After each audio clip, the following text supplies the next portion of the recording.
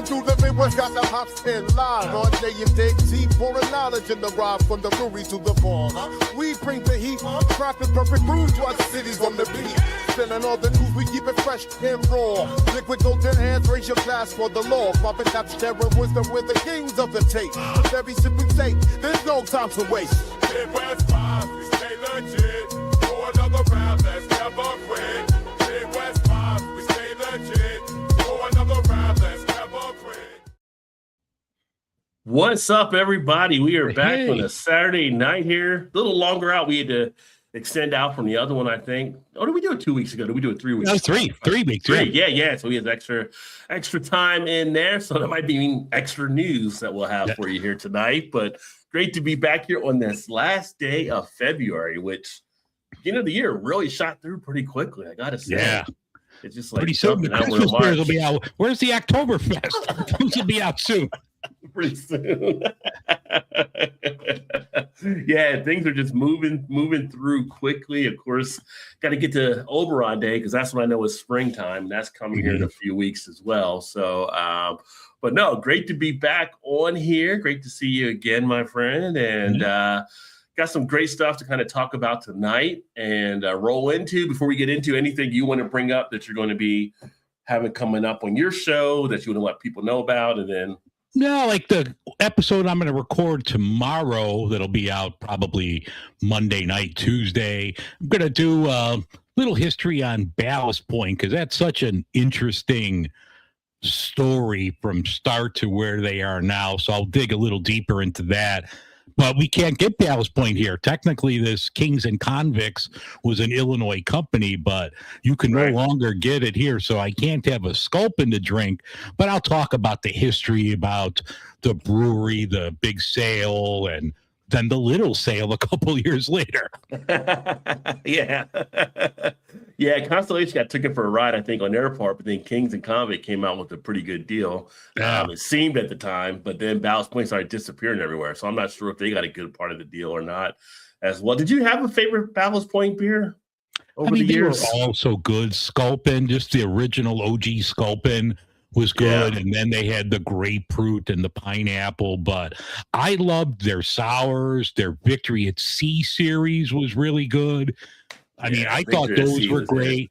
You know, they opened up a huge brewery tap room here right before COVID, and then they shut it down. So, they had a location here in Chicago that they even did some brewery one-offs that were just exclusive to Chicago. So that was really good. But, once 2020 hit, that kind of threw everything for a loop. Okay. All right.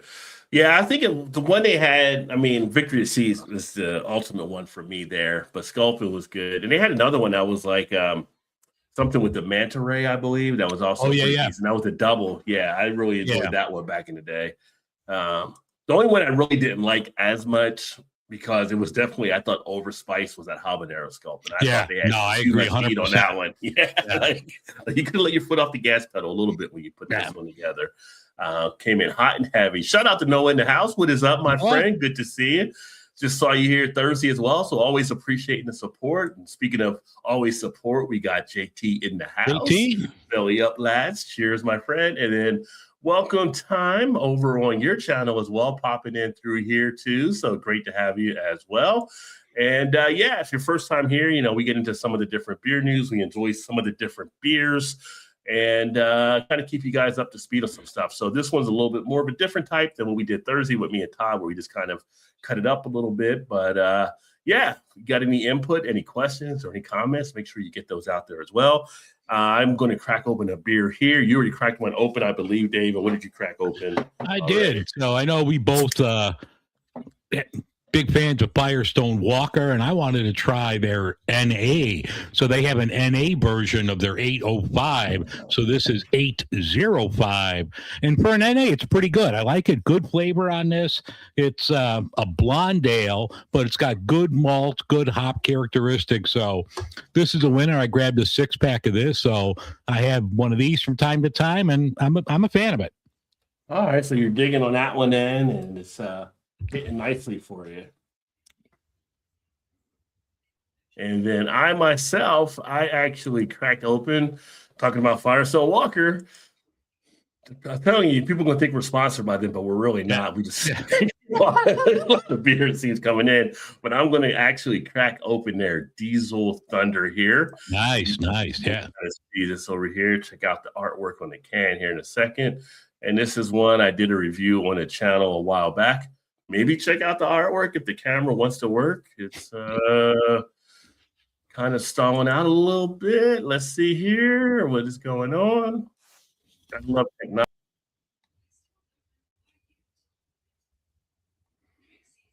Hi there, everyone.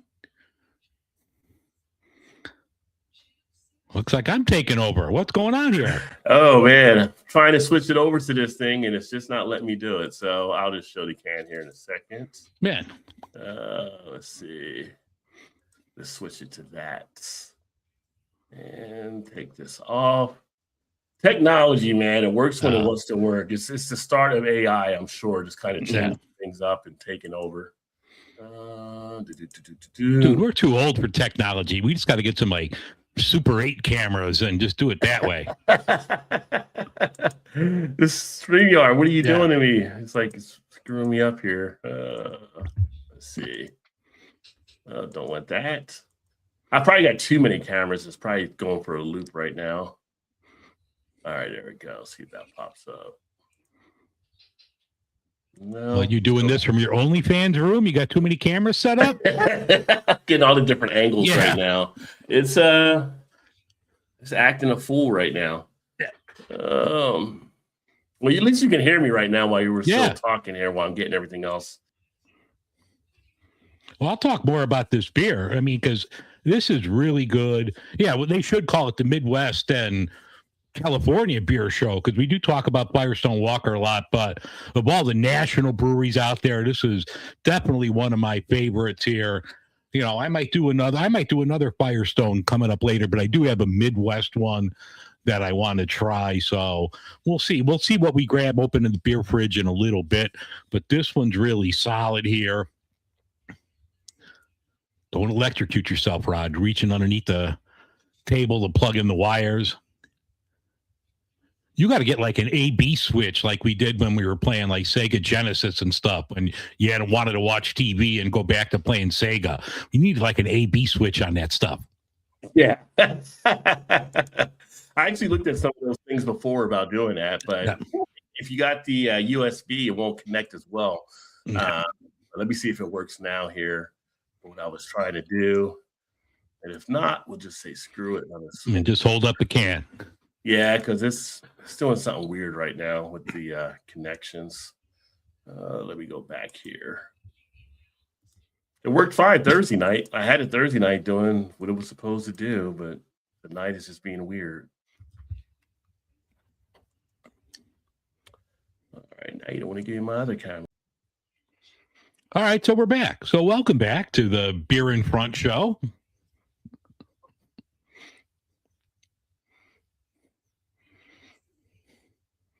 This it's acting stupid for some reason. There we go. Now I'm back right now. No, you got nothing. There's no picture. I hear you. It's got the name on the thing, but there's no picture at all. Really? Because on my screen, I see all right, now you're back. Here. I don't know. It's weird. But anyway, Diesel Thunder. Stop messing with the other one. I don't know what's going on with the connection with StreamYard and stuff, but this is the one from Firestone Walker, the double IPA. Video is up on the channel if you want to check it out. 8% ABV, but a nice banger of a double from them as well. So we shall move on from that point.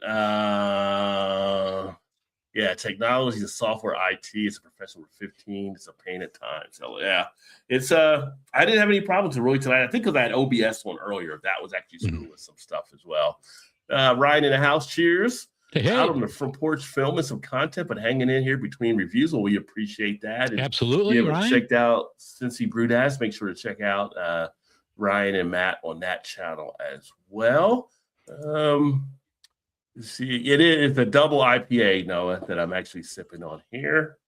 And put on channel 3 like the old day. Well, I was about to go get the tin foil to put on the antenna, so just to try to kind of do that. If you remember, you and IPAs don't get along, but that's fine. Everybody doesn't have to like every style, right? So I mean, Dave's wearing a Zima hat. That's on Dave. So he's trying to get Zima. If anybody knows anybody in Japan and get Dave a Zima, please do. I got my guy. He's working on it. But yeah, so take a look. We want to jump into some of the beer news type stuff. So and for Ryan, you being here, you already know next week's going to be a big weekend here in Cincinnati, as it always is, because we will have actually Bachfest starting out. And let me get that pulled up here. That's not only Bachfest, that's your birthday weekend next weekend, Rod. You got a lot of stuff happening next weekend. Yeah, it kicks over into that Monday, which will be old man's birthday, right? So I don't know. I mean, I don't know. Birthdays are birthdays to me at this point, I guess. But it's so funny. We went out to lunch earlier at Texas Roadhouse, and a couple people there were having birthdays. And, you know, they're one of the places. Oh, that's the wrong thing I wanted to share here yet. Share that later. We had people singing the songs there for the people for their birthday. I've never been a huge fan of that. I don't know. I mean, I don't know. Maybe it's just me, but it's like I'm not a fan of people telling the staff, "Hey, it's your birthday." And then they come over and start singing everything. It just I'm kind of low key in that regard. Yeah. But yeah, good for them for sure. So Rise at Bachfest will be somewhere on Saturday. So starting next week, we actually have it. We'll start it on Friday, the 6th through the 8th on Sunday, and then my birthday will be that Monday. But this is the 34th annual Bachfest, which now is the Servati Bachfest, which Servati's a local bakery here. They bought the sponsorship rights, so now it's under them. Usually a great time to get out and enjoy some great Bachs. And then they also have a parade like on Friday where they bring the goats out. It's always interesting to see people out there walking with the goats, which the goats are the mascot of Bachfest.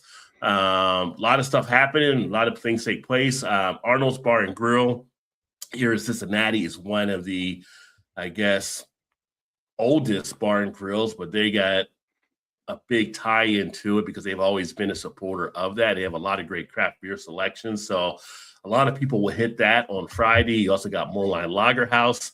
They'll be doing their thing. We got Northern Row Distillery and Brewing. They'll be doing their thing. Rheingeist, everybody knows Rheingeist, right? So they'll have a thing there. Rosedale. So it'll be a lot of different things taking place. You can do the tour.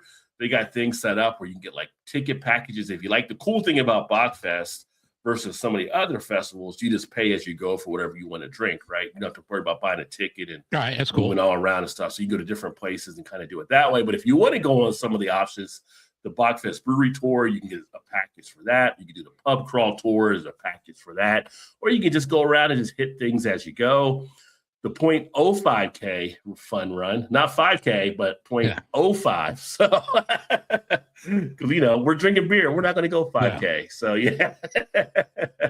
But, yeah, it's a fun blast. And I don't know in Chicago if they do anything around Bach, but here, this is huge. And it goes to the German heritage part of Cincinnati as well. It's a deep German heritage that takes place. So, it makes sense to have that Bachfest. That's why we have the big Oktoberfest in September because of the German heritage, with a lot of great sponsors and beer and breweries that are involved. When you got Taps on here, which Taps is now just in name because the brewery itself was sold to Cincinnati Beverage, I believe, but they're keeping the name alive by still making their beers and putting the recipes out. Little Kings, which is out of Moorline here, they brought them back. So it's a good time to get out and do some stuff. And then supposedly, we'll see if the weather people are correct on this, but next weekend, we're supposed to be in the 70s. Which makes it even out much better. But, you know, once you trust the weather person, that's when things go wrong.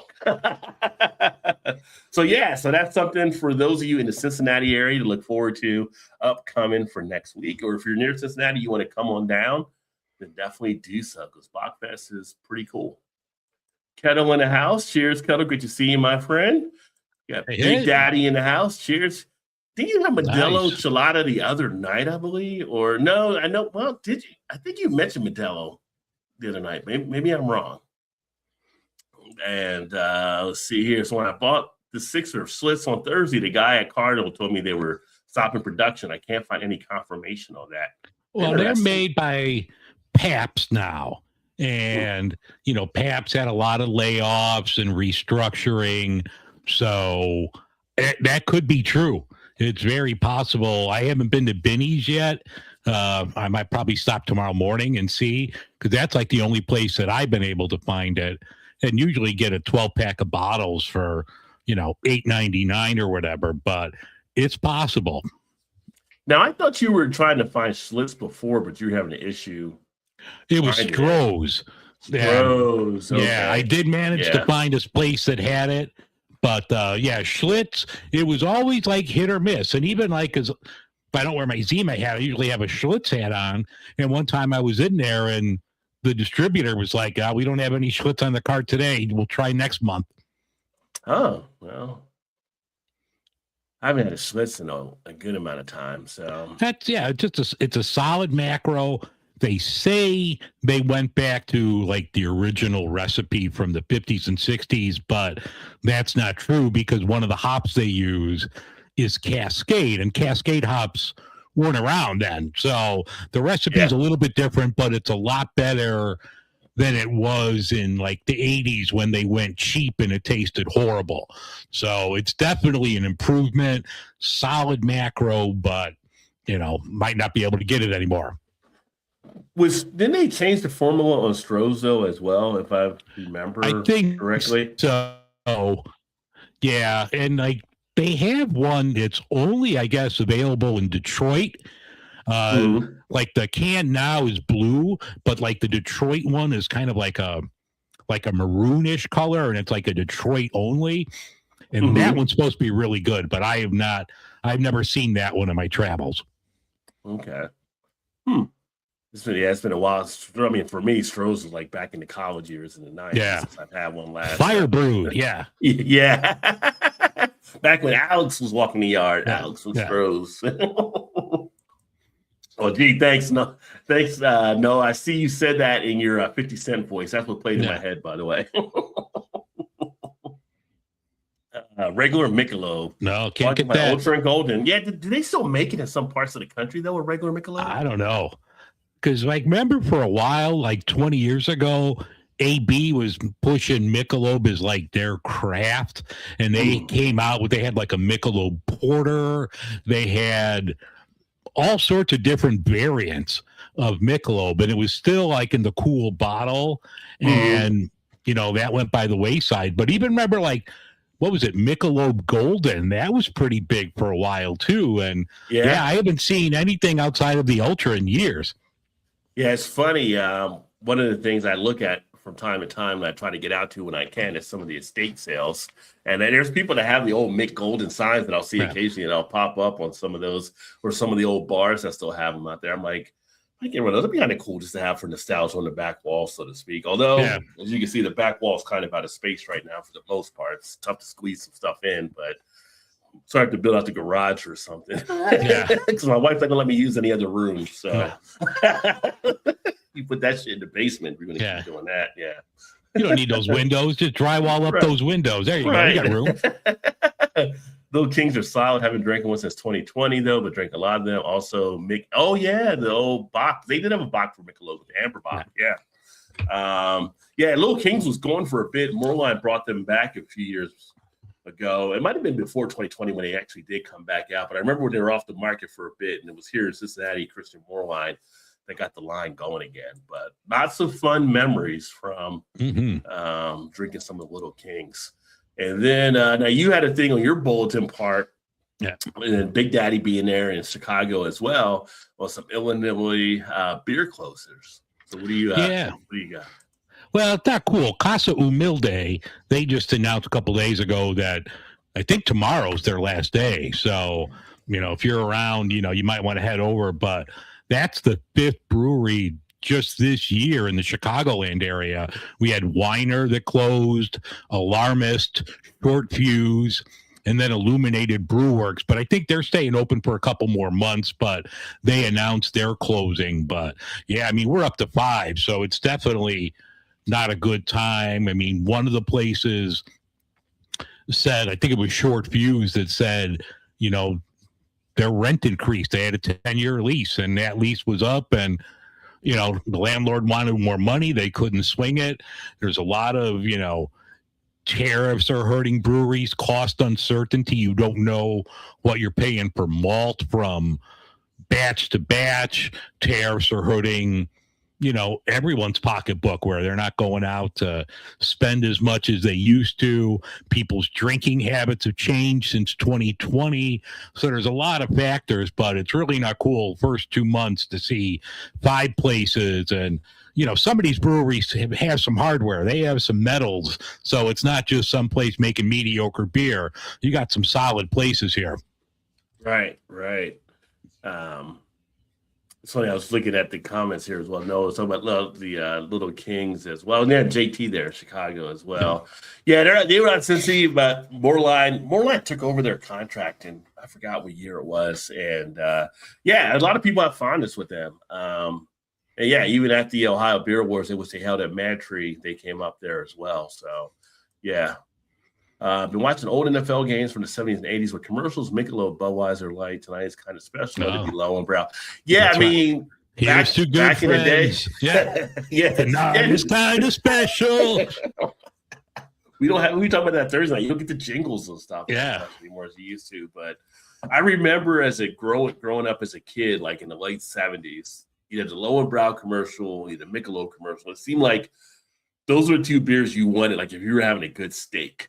It was like the steak beers, you know, have low and brow with it or have a Michelob with it. For whatever reason, that was kind of positioned out there. But, yeah. Well, like here, because Old Style was king in Chicago, Chicago was never a big AB town. So Old Style was king, and the Heileman Brewing Company had like their bougie version of Old Style was called Special Export. So that was like our steak beer here, or you're having fancy company over, you buy a 6-pack of the Special Export. There you go.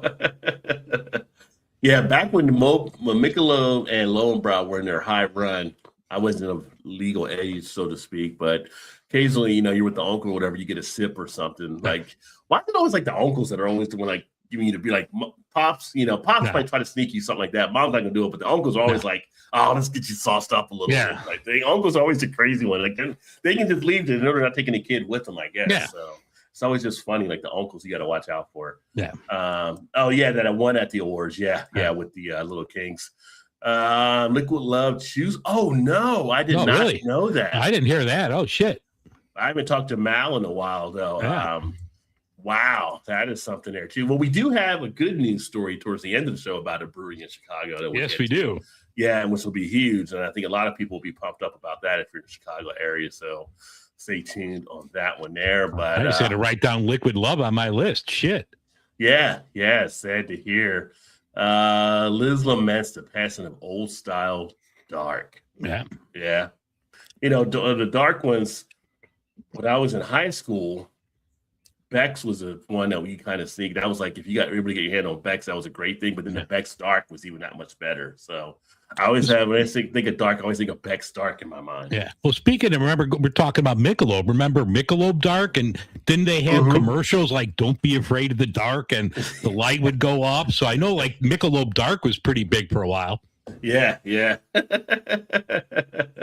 Yeah, I guess it was just tough for most of your people that just wanted just Michelob to catch on to it as much. So I've tried it, but I love Schwarzbier. Yeah. I mean, you can't knock a good Schwarzbier, right? Yeah. But Old Style was kind of like that macro feel. I've never had the Old Style Dark, so I can't compare it to anything. But sure, you know, Liz enjoyed it. Liz knows her beers too, so I'm sure it has some definitely good appeal to it. Let me see here. And then it's so funny because the piece that you had here talking about pickle beer, because I had my first pickle beer earlier today, which I'll mention after we talk about this here. But Pabst. Pabst doing a pickle beer, which is interesting.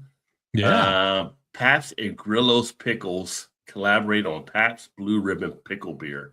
So what's your thoughts on this one here?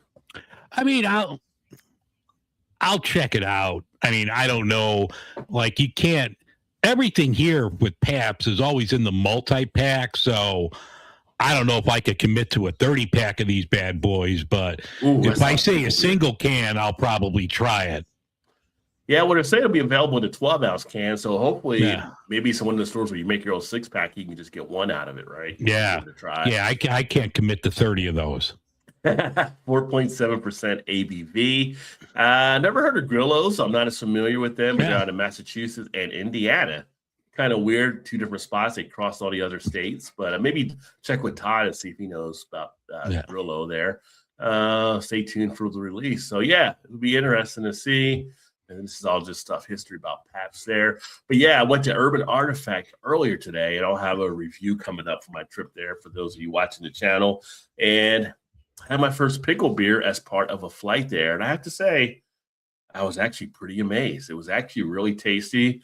Had a nice feel of the cucumber, had a nice little briny salt background as well to it that I may have slept on a little bit. Everybody here seemed to really love that pickle beer, and I finally went ahead and gave it a shot. It's just being part of a flight, and I got to say, it kind of won me over a little bit. So I had that with a pineapple coconut double IPA, which is fantastic. If you're in Cincinnati like Ryan, get over to Urban Artifact and get some of that because that's really some good stuff. And then I had their Fig Belgian Ale, which was also pretty solid.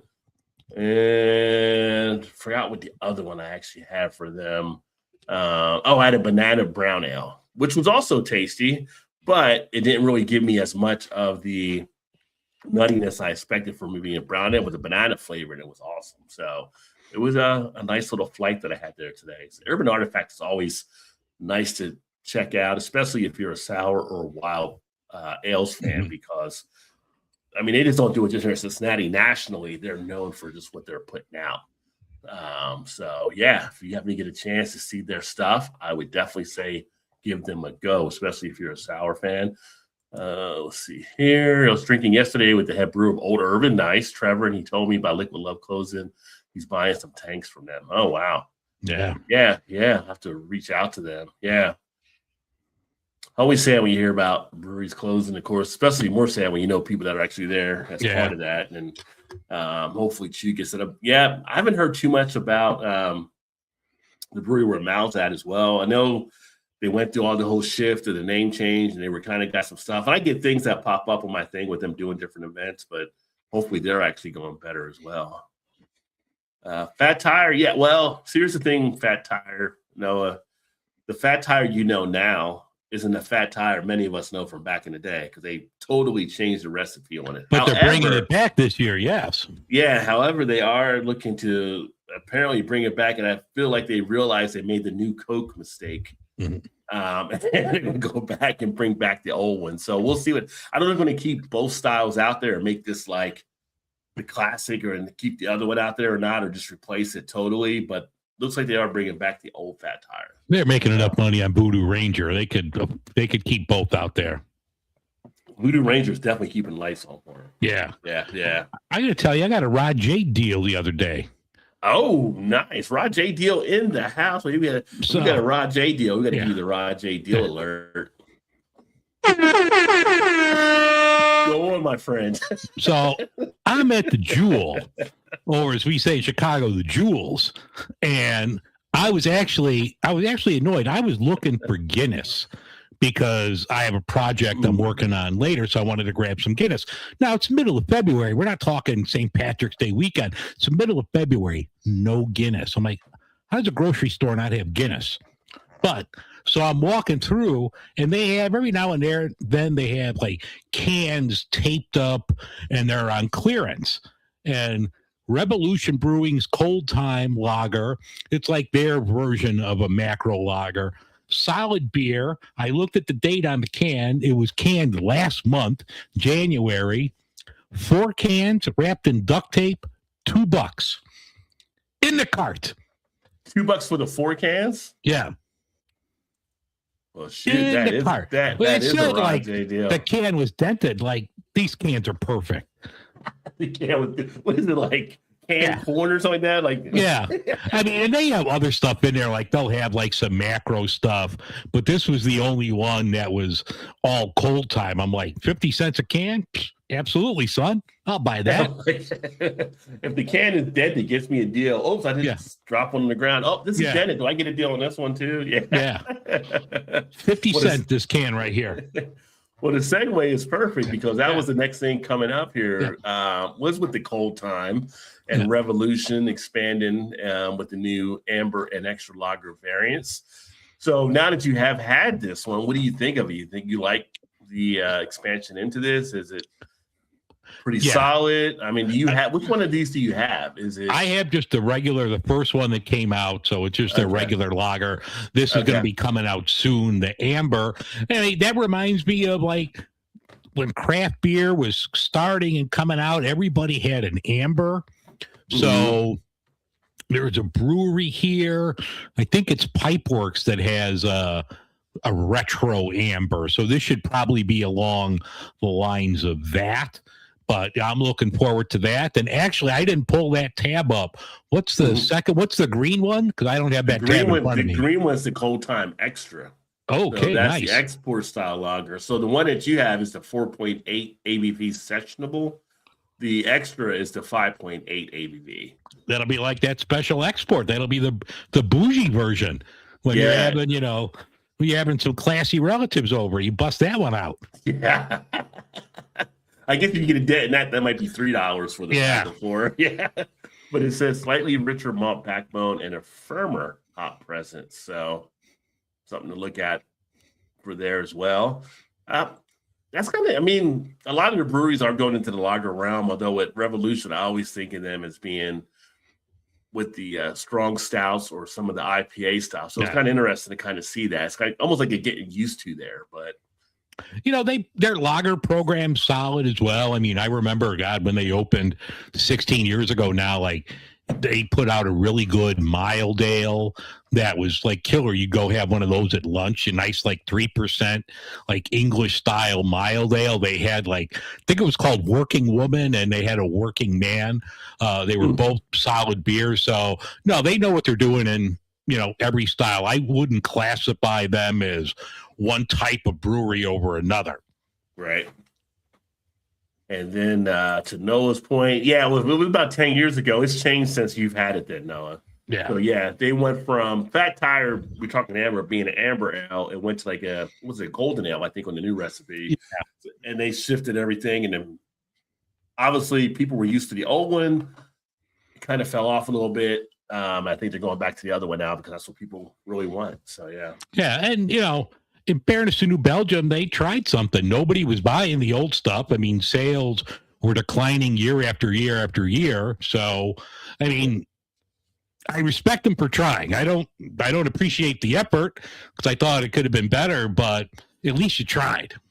Yeah, they tried to do something. I mean, I would have liked had them try and maybe change the name of it a little bit. So it would have been like the same thing. But, Sam Adams, they didn't totally change theirs. They just kind of made a little bit of a switch, but kept it the same style, where Fat Tire totally threw it out the window, came back with a whole different recipe. So that kind of threw people off. I feel like the old Sam Adams versus the new, but the new isn't terrible. It's just a preference, I guess you could say. And here we are sitting close to baseball season, which you saw this one here, which I did see this one, but you already had it noted on here, which will be interesting to see because Braxton always does some really good stuff. But this year, Braxton is going to be the official craft beer partner of the Cincinnati Reds. So sweet, shout out to them. And I guess they're making this ballpark beer. I would say now when you go to the Reds games, they do have Braxton in the stadium where you can try different things, I believe, but it's not like a full assortment because it's a ball stadium, so you're kind of limited.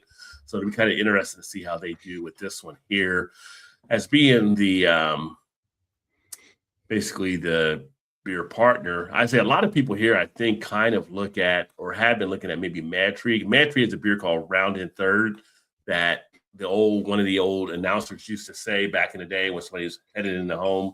So they've kind of had that as the unofficial, but now we have the official with Braxton. So might be kind of interesting to see how they end up doing with that beer there. But yeah, become the first official craft beer partner in Reds history, said Jake Krause, which I've met Jake years ago over there, CEO of Braxton.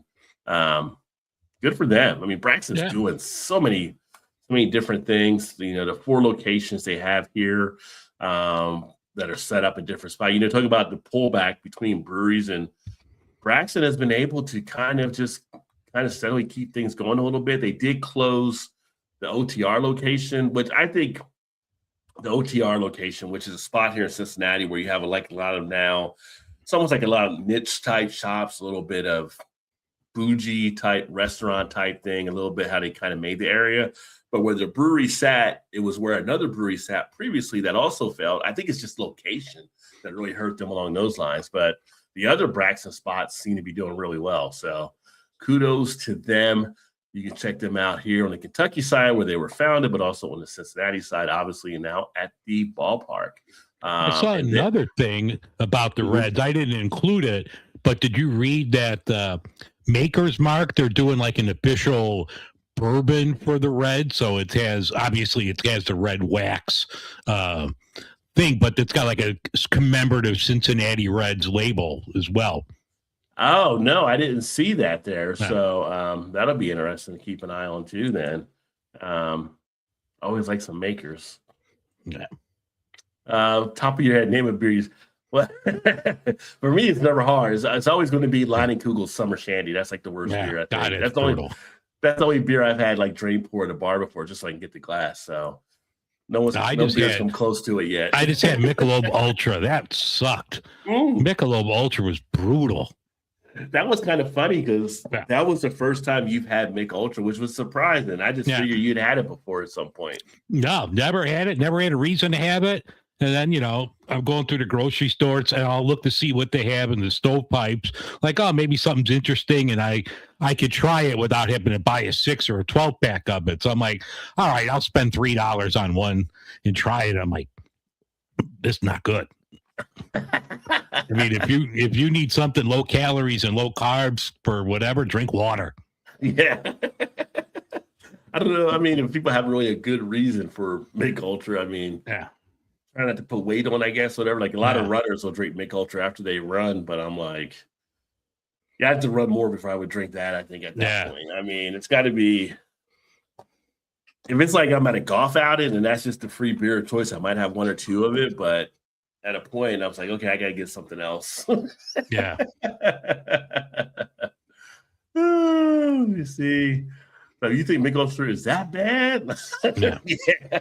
For Dave, it is. Dave is like, that's the one. You asked the question and Dave gave the answer.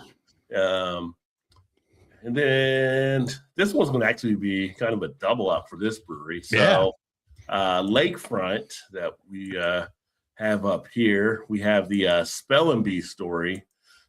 So with this one, they're doing an event to help support Milwaukee public schools that you came across. Yeah, I thought that was really cool. Lakefront actually was there once a few years ago. Really cool spot. They're doing something Monday, your birthday, the 9th, and my mom's birthday. So I'm always going to remember your birthday, Rod. But there's a chance at like a spelling bee trivia where you could win gift cards. And then they're also going to raise fund and school supplies for Milwaukee public schools. So I guess there's a program called Donors Choose, and then you can pick, I guess, what school or whatever, that you're going to choose to fund. So I thought, I came across that. That's a really cool way to get people out. We've talked about this, many times on the show. Breweries need to do different things to get people in the door. And I thought this was a really cool event. It helps the brewery. It helps the public schools. So, hopefully they raise a ton of money. They get a ton of people coming in. But I thought like this event here was just a win-win for everybody. Yeah, no, that's always good to see. And that's what craft beer is a lot of times. It's being part of that community, right? So craft beer has always been good at being part of community involvement. And this is something to definitely keep in mind if you're up in that Wisconsin area. which they have so many good breweries through Wisconsin. They're always doing some stuff there. So it's just another one that they're putting out there, another feather in their cap of breweries that actually are doing stuff in their communities. That's the cool thing. That's why some people, when they sometimes ask about local versus national, is that because local, you see the stuff that's being done in the community, and it gives you a chance to be a part of it. And of course, some national, obviously, you have people that work at the big macro plants, all that kind of stuff. So if they're in your area, that's kind of helping your economy there as well too. But it's just there's something of a different feel when you're doing with the craft brewery that takes place. Yeah. And then we have with Lakefront, the other part of it too, which is something I came across earlier today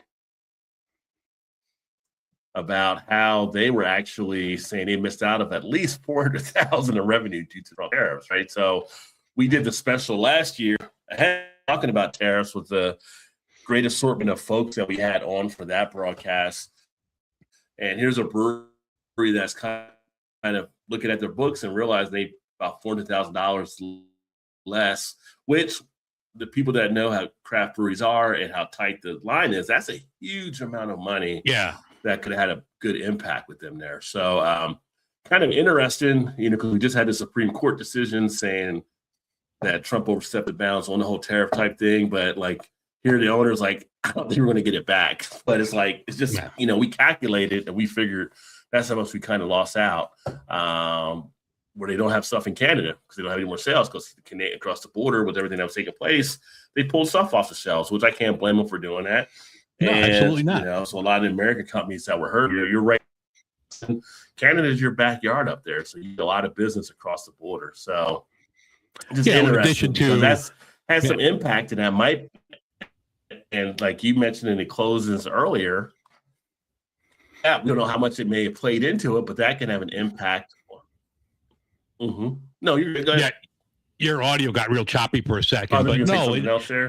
In addition, you're paying more for malt because a lot of the malt, especially the base malt for most breweries, comes from Canada, and the tariffs fluctuate day to day. You can't, as a business owner, you need to know what your expenses are going to be. If this is going to change week to week, day to day, kind of hard to run a business that way. So I'm sure they lost more than $400K, and that's employees right there. I mean, this thing for them, that's probably, 5-6 employees that they could have had. Yeah, that could be employees. That could be employees, and that can be, just the money being invested back into the brewery. That's not happening now as well. So that money lost is something that definitely takes a huge effect on them. So, but they see that there, but they're also doing the spelling piece, so they're still raising money. They're still trying to push forward as best they can, and it's kind of interesting. So keep an eye and see how some of these other breweries do with the stuff that takes place. Yeah, I thought the other countries are paying for the tariffs. I must have read the wrong thing. That's how it's supposed to work, right? Yeah. Coors is way worse. Yeah. I mean, I have no problem with Coors. I mean, it's always preference. It's always preference. So, yeah. When stuff isn't made in America, definitely it's hard. Well, the thing is, we have some of the stuff that's made from overseas. So it's kind of like, it wasn't hard. It didn't take a rocket scientist to figure out it was going to come back and bite us at some point, right? So anything you pick up is like made in China, made in Indonesia, made in Mexico, made in Nicaragua, all these other different spots and not made in America. So, yeah.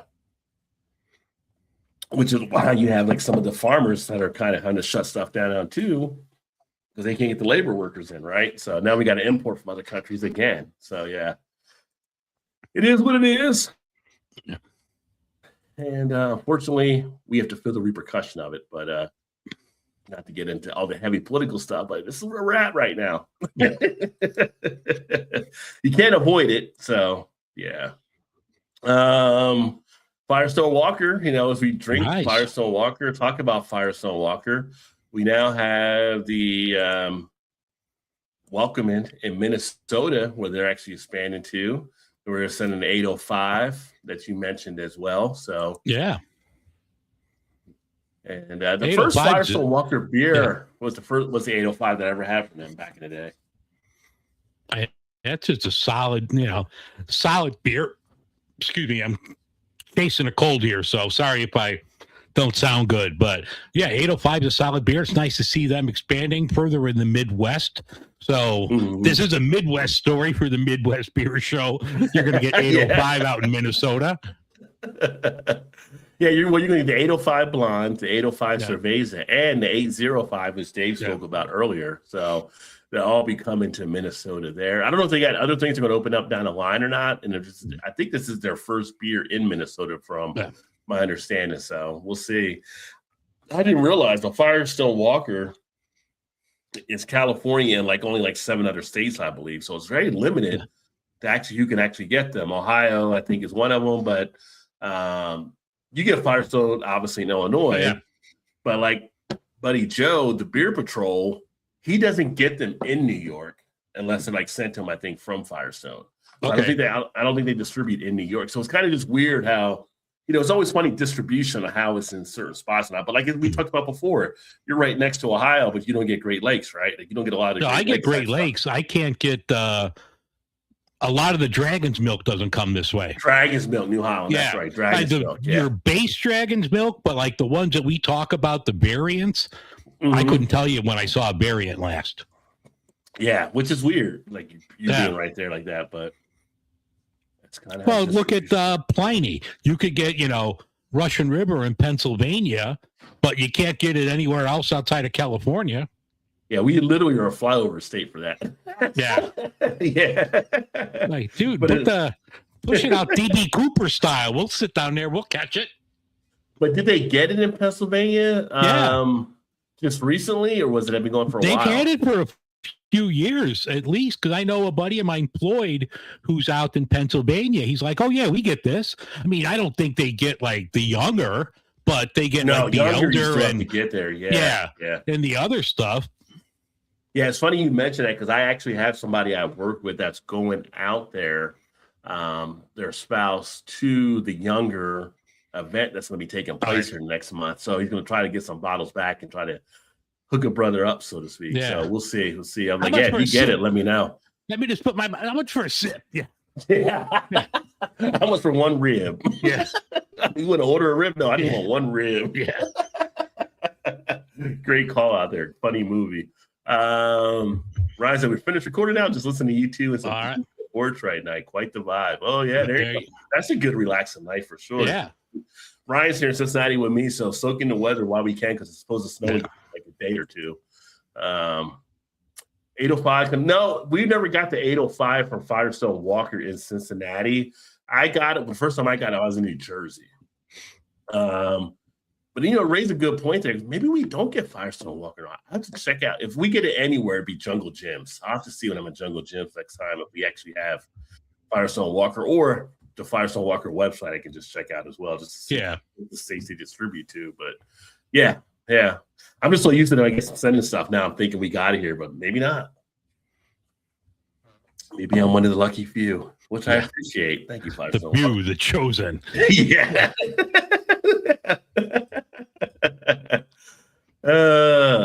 I have not tried the Racer 5 IPA. I've seen it numerous times, just never picked it up. And then I don't think it's available now, is it? Or is it still out there? I think it's still out there, but they don't distribute. I drank the shit out of that 25 years ago. Okay. And that used to be available here. I grabbed it once about maybe 5 years ago. I saw it for the show, but that was always one of my favorites. And they also did another one. It was a rye that was killer. Okay. All right. Yeah, I think last time I saw it, I think I'd seen that at Party Source before in Kentucky. But I thought for some reason the brewery might not be went out of business and might not be doing it anymore. So no, I think Beer Republic's still around, but it's like all the ones like beer you got 20 years ago, you could never find again because they just don't distribute. Everybody's just focusing on their backyard now. Yeah. But it wasn't Racer X. Wasn't it Racer X? I know it was I thought it was Racer 5. I think it's Racer 5 because it was based off like the Speed Racer, like the Mach 5. But Racer X was the brother of Speed Racer. And they had another variant that had that one, I believe, is what Big Daddy might be related to. Yeah, Racer 5. I pulled up a thing of the can here. Now I got to see you if it's near me here. Yeah, that was a classic. Yeah, I'm 21 years old, for Christ's sake. I'm looking at a website. I'm not buying fucking beer. Damn. Every fucking brewery. That's the law, man. That's the law. It doesn't have where you could buy it. As if you wouldn't lie online or anything. Actually, I can look here. Yeah, Racer X is the Imperial one. And that was made like after the brother, Speed Racer that was outside the family. So, yeah. I always liked the little tie they had to the Speed Racer type thing there. Mm-hmm. Racer X, though, let me see. They got a Racer 7 hazy IPA. Racer X isn't near me. Is Racer 5 still near me? No, I'm not seeing that either. So they might not be distributed in this area at this point. No, they don't have it within 100 miles of Chicago. I just pulled it up with my address, so there's nothing here. Yeah. That and Hop Red Rye back in the day. Yeah, Hop Rod. Yeah, that was phenomenal. Yeah. Yeah, so now I don't see it anymore. It's kind of like, man, I missed the bus on that one. I should have got it when I could. Oh, you got a Trader Joe's. Well, in Cali, you got it, but that's Bear Republic, so they're out west. So, yeah. Tennessee finally getting Great Lakes distributed with them. Rod, what do we need to do to get Treehouse? Yeah, Treehouse is one of those things that you just can't. They're not going to do it. Treehouse is just like, you got to come see us on that one. Which we do get. What's the other one from up there? Trillium. We do get Trillium in Ohio now. We do get Trillium over like at Cappy's, Ryan, and then it's also at Jungle Gym, some areas, a couple other spots. But the fact that we kind of get that is an other half now, that's not bad. We're not losing on those situations, but nobody's getting Treehouse unless they actually go there. But Treehouse is such a phenomenal beer to actually sit there and enjoy as well. I do like some Treehouse. Although it's like you're drinking juice when you're drinking Treehouse, but that's okay. Get your with a little pulp in it. Yeah. Pulp it. Yeah. Today was a big day for the American Craft Beer Hall of Fame, right? So we had the new class that actually got into the American Craft Beer Hall of Fame, and have to give them some applause there. Absolutely. Yeah. All worthy folks, and I'll show you, as being one of the electors, I'll show you who I had on my thing. But I will say we got like 5 different people we could put up. Almost 80%. 4 of my 5 did get in. So it was good to see that there as well. But if you didn't see earlier today at 3 p.m., it was announced on the new inductees. We had Charles Bamforth, who was actually added into the class. We had Larry Bell. We had Sam Caglione. We had Terry Ferendorf, Kim Jordan, Garrett Oliver, Pete Slosberg, which I know Dave's a personal favorite with Wicked Sale, and Carol Stout. So all 8 of them were this year's inductee class. All worthy. The list that we had to choose from made it tough to actually pull. But getting the chance to actually meet Garrett was a cool thing that I had happen last year. Loved to kind of connect with Sam and Larry. I didn't meet Larry. I met his team from Bell's last year at the CBC, which was awesome as well. But you can't argue with the list is just a great list of folks that got in that really put the roots down into craft beer.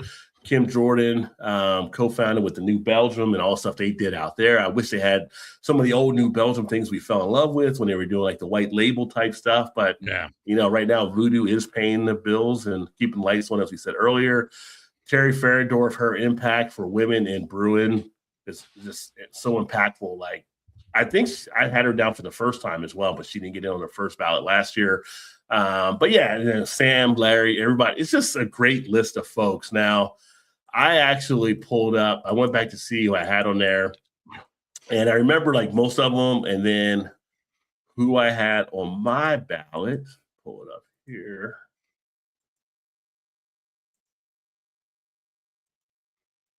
So I actually had Charlie Bamforth because he was overdue. I had him last year as well. Terry Ferendorf, Kim Jordan, Garrett Oliver, and Mitch Steele. So the only one that didn't get in off my ballot was Mitch Steele, who I will be up again, I'm sure, next year as well.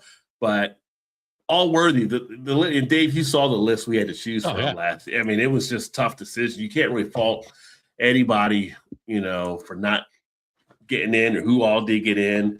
It was the way it's impacted is we all get these ballots and we put our people up, and it's a percentage of votes, just like the Baseball Hall of Fame. Although if you gamble, we don't hold that against you. Yeah. But and then the percentages go where they go. But it was great to see, and I was like, oh, great! Like 80% of the people I put down got in, so I was happy about that. So, but any of them that got in are all worthy. So it was great. Let me see here. Yeah, you did say before you were older than your picture, so lots of experience. Yeah. Ryan wants it all. There's a lot out there. There's a lot of beers out there. I don't know if you can handle it all to get all the beer and stuff that we have out there in the beer verse, so to speak. So yeah, congrats to them. Congrats to Marty and Aaron and Ahmed and everybody else that put it together from the Hall of Fame and everybody that was a part of it. Maybe next year, if you're watching Aaron or Marty, maybe I can be an MC or something. I'm just saying. Yeah, Maybe I can have a little thing. Marty invited me to come down earlier. Today he sent me the invite, and I wanted to go, but I'm fighting this cold here. So I'm like, and the brewery's a good hour and a half away. I'm like, I'm just not feeling it, a little under the weather, but definitely next year, if you're going to do something, make sure I'm definitely going to be there. Yeah. The only thing is, I don't know if I can actually do anything on it since I'm one of the electors, but I think everybody that kind of made the announcements, I don't think any of them might have been electors. So it might be a kind of a. I'm not an elector. I can do it. Yeah, you can do it. You'd be perfect to get in there and do it. Yeah. So yeah, but congrats to all of them for getting into the new second class of the Hall of Fame. Let me see here. And what we got. Pull this one up. And then we talk about that. I gotta go off camera for a second. I'll be back in a minute. All right.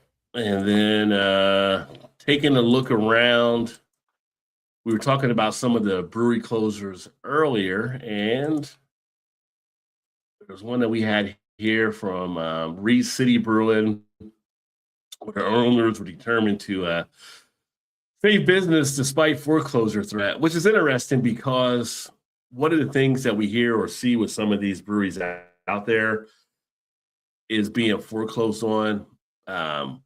Rents being raised, different financial type impacts. And here in Northern Michigan, this brewery here, Reed City, I've never had anything from them, but apparently they're trying to fight off foreclosure for what they have. They've been trying to make sure everything is done, to make sure all their bills are covered. Get off my screen with the ad. And it just shows just the fight that a lot of these breweries are dealing with to get people in the seats to keep everything going for what they're actually doing there. So it'll be interesting to see, not just with them, but over the next year, as we talked about, like the one brewery losing money due to tariffs, breweries losing situations with foreclosure or these rent being raised and all these different things.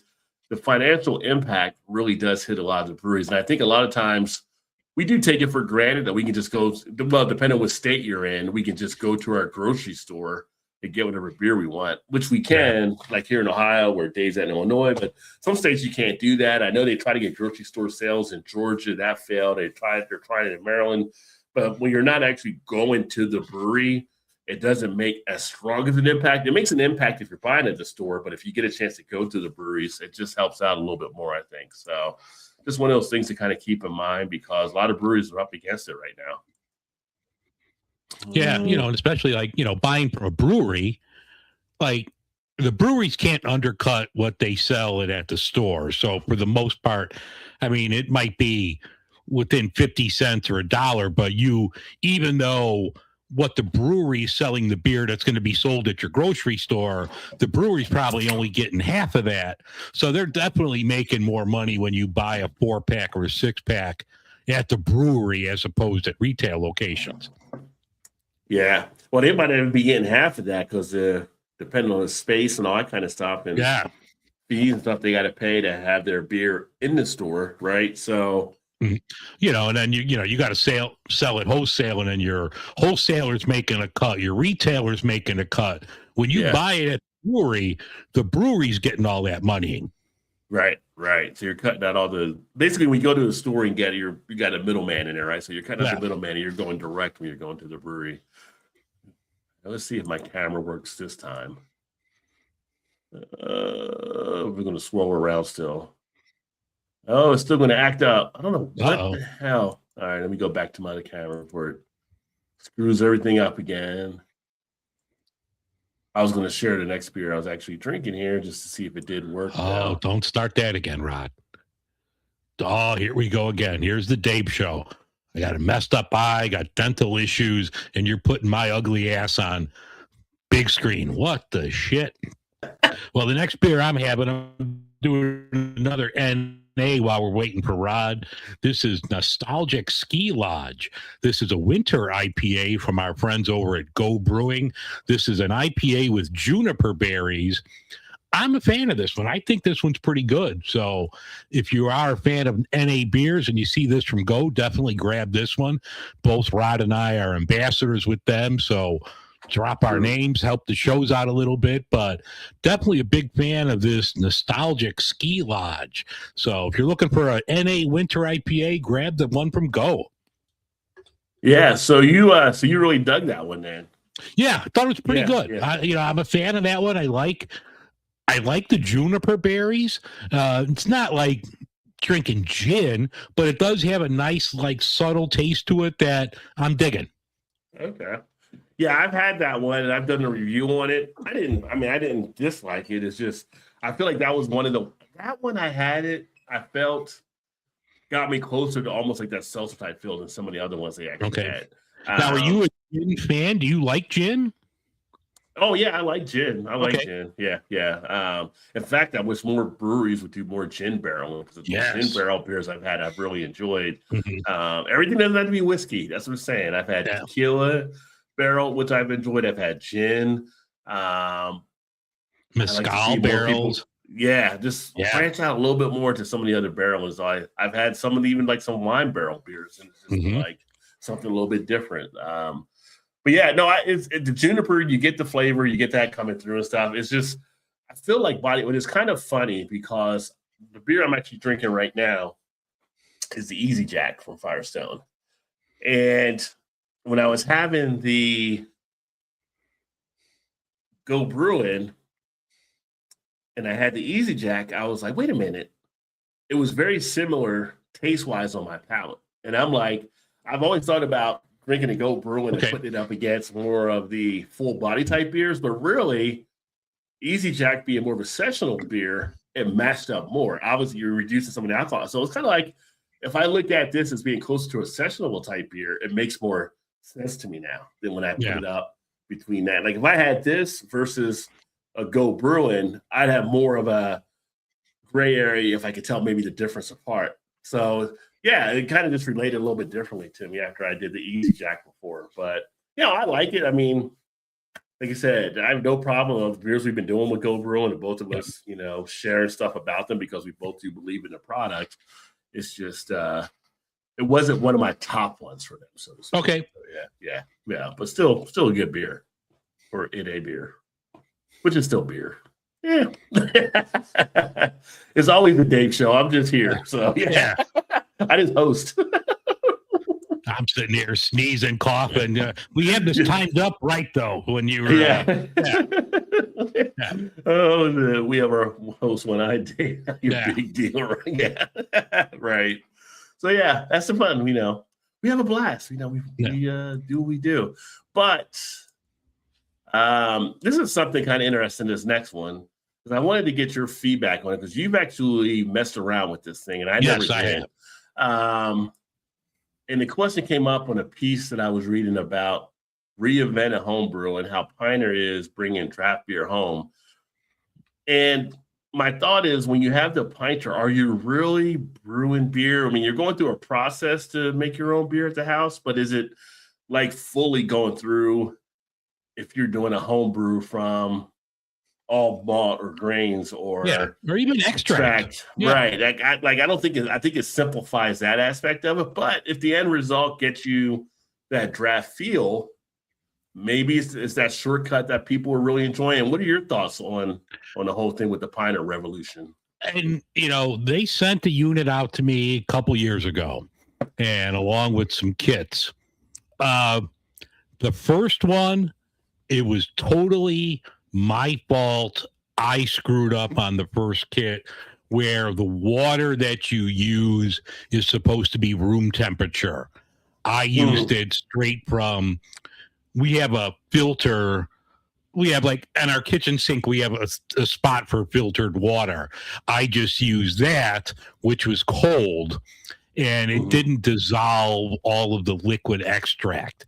So the first batch was super thin, but that was my fault. So the second batch, I poured it into a big jug, left it out, for a day to get it up to room temperature, and it was better. It was drinkable. There was nothing wrong with it, but it was just there.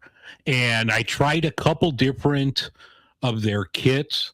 For me, I would want, especially at home brewing, I want to be able to customize a little bit more. I want to put more into it. Like this was the equivalent to just putting a K-cup in your Keurig machine and press and go. So it was good if that gets more people into beer and in the hobby. For me, I think if you have ever homebrewed before, you're not going to be a huge fan of this. If this is something you've never done, then if you've never homebrewed, this could be up your alley and can get you into bigger and better things. So I'm definitely not poo-pooing it. Just for me, it wasn't all that. Okay. Yeah, I feel like looking at it now with all the AI stuff, I feel like the Pinter's become the AI of brewing. It's just put it in there, flip a button, and let the thing do the work, but you're not really putting in the work to get that beer out. It's kind of just it's an auto drive. You have this big packet of liquid extract. So there's no you're not doing a partial mash. You're not steeping any grains. You get a packet of, and I don't even remember. I think they weren't even pellet hops. I think these were it was a hop extract that was in a vial. You pour that in there. You let it ferment for about a week. Then you put it in the fridge. And then, you attach your tap. The tap, you got to make room in the fridge. I mean, it's not small. It's bigger than a gallon of milk. It's probably the equivalent of 2 gallons of milk in your refrigerator. Plus, you need a higher shelf for the tap handle. It always seemed to drip. So, for me, it didn't outweigh the good of it. Yeah. Okay. And you're only brewing, roughly, you're getting 11 to 12 beers out of there, maybe less, if you're pouring full pints. So, a lot of work, I'll just buy a 12-pack. You got to wait for 2 weeks, I think, right? Yeah, around 2 weeks. Yeah. Yeah. Which you can, extract or, if you have the old kit, the Mr. Beer type thing, you can go maybe 2 weeks on a few of their things and be able to get more than that amount out. You can get a case out, right? So I want to do another home brew thing later on this year, maybe when it gets a little warmer out. Do a 1 gallon kit, which doesn't take up the space. I'll just bottle it and, go from there. But I want to do some things getting back into home brewing, but definitely I want to go the 1 gallon kits. And I know there's some, malt companies that, we've spoken to that have malt that you could get for home brewers. So I'd like to use some craft malt and experiment a little that way with the Pinter. You're pretty much just opening the envelope and putting it in. But this, I can control it a little more. Yeah. And you can put touches in too when you see maybe an opportunity. You're not just putting it in their system, but you might have ideas of where you can kind of put your own spin on things. You have more control over it, I would think, outside the pinter. Interesting. Okay. Yeah, like I said, I've never used it before. I know people that have used it. I know some mixed reviews out there, but wanted to check to see what you thought of it there when I saw that story as well. Beer etiquette, right? So you see these pop up from time to time. Saw this piece out there on Yahoo, made me laugh a little bit, just kind of see what they had on there. But if you get a beer at a brewery that's poured this way, you may want to leave. We talked about some things in the past, and they make some notes on here, just kind of how the beer is poured. It's kind of stuff that we hit on there before, I think, a little bit. You know, if you see the tap is in the beer, it shouldn't be the case, right? Yeah, like you want to probably not buy beer from that place anymore. If the bartender hands you the beer and their fingers in the beer, I mean, it's just some of the stuff. But it's kind of interesting just to see some of these things that take place. You know, it takes a mention, and this is something I saw earlier today when we went to Texas Roadhouse for lunch with the bubbles clinging to the side, which is, you know, for those that don't know, I mean, there's a beer clean glass and there's a clean glass. So the glass can be clean, but if everything hasn't been taken out of it, as far as like some of the cleansing solution, it could cause clinging to the side. That's why you see bubbles sometimes on these glasses, and it's just like, I don't know if there's enough training that takes place for some of these places to actually realize that. Now, at a brewery, I would expect it to be more in place for them to have that there than maybe like a chain type restaurant or something where it might not be the case. But if you see like as we call the dirty glass mafia, where you have like a beer dirty glass, it's something you want to consider. So when you have your glass, the glass should be clean. You should have a nice head on the beer, like shown here as well, because that opens up the aroma, and also you want to have the pour release like the gas and stuff, so you're not bloated and everything. There's just certain things with it. I see some people that try to jam all the beer into a glass, don't leave any head on it or whatever. I'm like, that's not really the best way to kind of pour that out there. So yeah, just kind of a reminder, just keep an eye on how your beer might be served if you want to get the best representation of it. And it does hurt, the mixed mention here, it goes back on the breweries that people may get a beer served a certain way and think it might be the beer from the brewery. It's not how the beer should have been intended to be served. So all that comes into play as well. But yeah, like here it says, for starters, make sure there's sufficient head, that it isn't all the way to the rim. No head means the beer is still full of gas, right? Like I just mentioned there. Yeah. So yeah, all that stuff. No head is never a good thing. Yeah. Now there are certain beer styles where the head will dissolve really quickly and it won't last around. You know, you have like some of that with some of the old Bruins or some of the sour type stuff, some of the higher ABV imperial stouts have trouble holding the head sometimes. But for your standard type beers, you should always have that head on there. Not to say it's got to be a huge head, but usually it's like an inch or two, a 2-finger, whatever you want to call it, that you want to have that space in there, because that's going to actually make the beer drinking experience that much more better, because you're going to be able to pick up those aromas. You're going to be able to release those gases so you're not feeling bloated. You're going to be able to sit there and enjoy that beer a lot more when you have that be the situation. So just a little thing to share here. Just, you know, make sure when you're out there looking around, make sure you're seeing how that beer is actually being served, because there are proper ways to actually serve the beer. And it said like aggressive overfoaming, where can be a sign the glass isn't properly rinsed as well. So sometimes that can happen. I see that sometimes, like, because some of the beer festivals even happening where they do stuff like that. So yeah, but it's interesting. It was like I said, it was just a kind of a piece out there letting people know. So figured I'd share that on here. You can sit. Now, you said you were at Texas Roadhouse.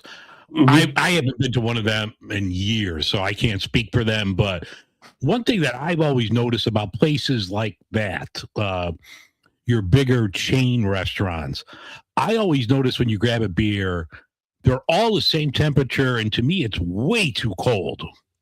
Yes. Yeah.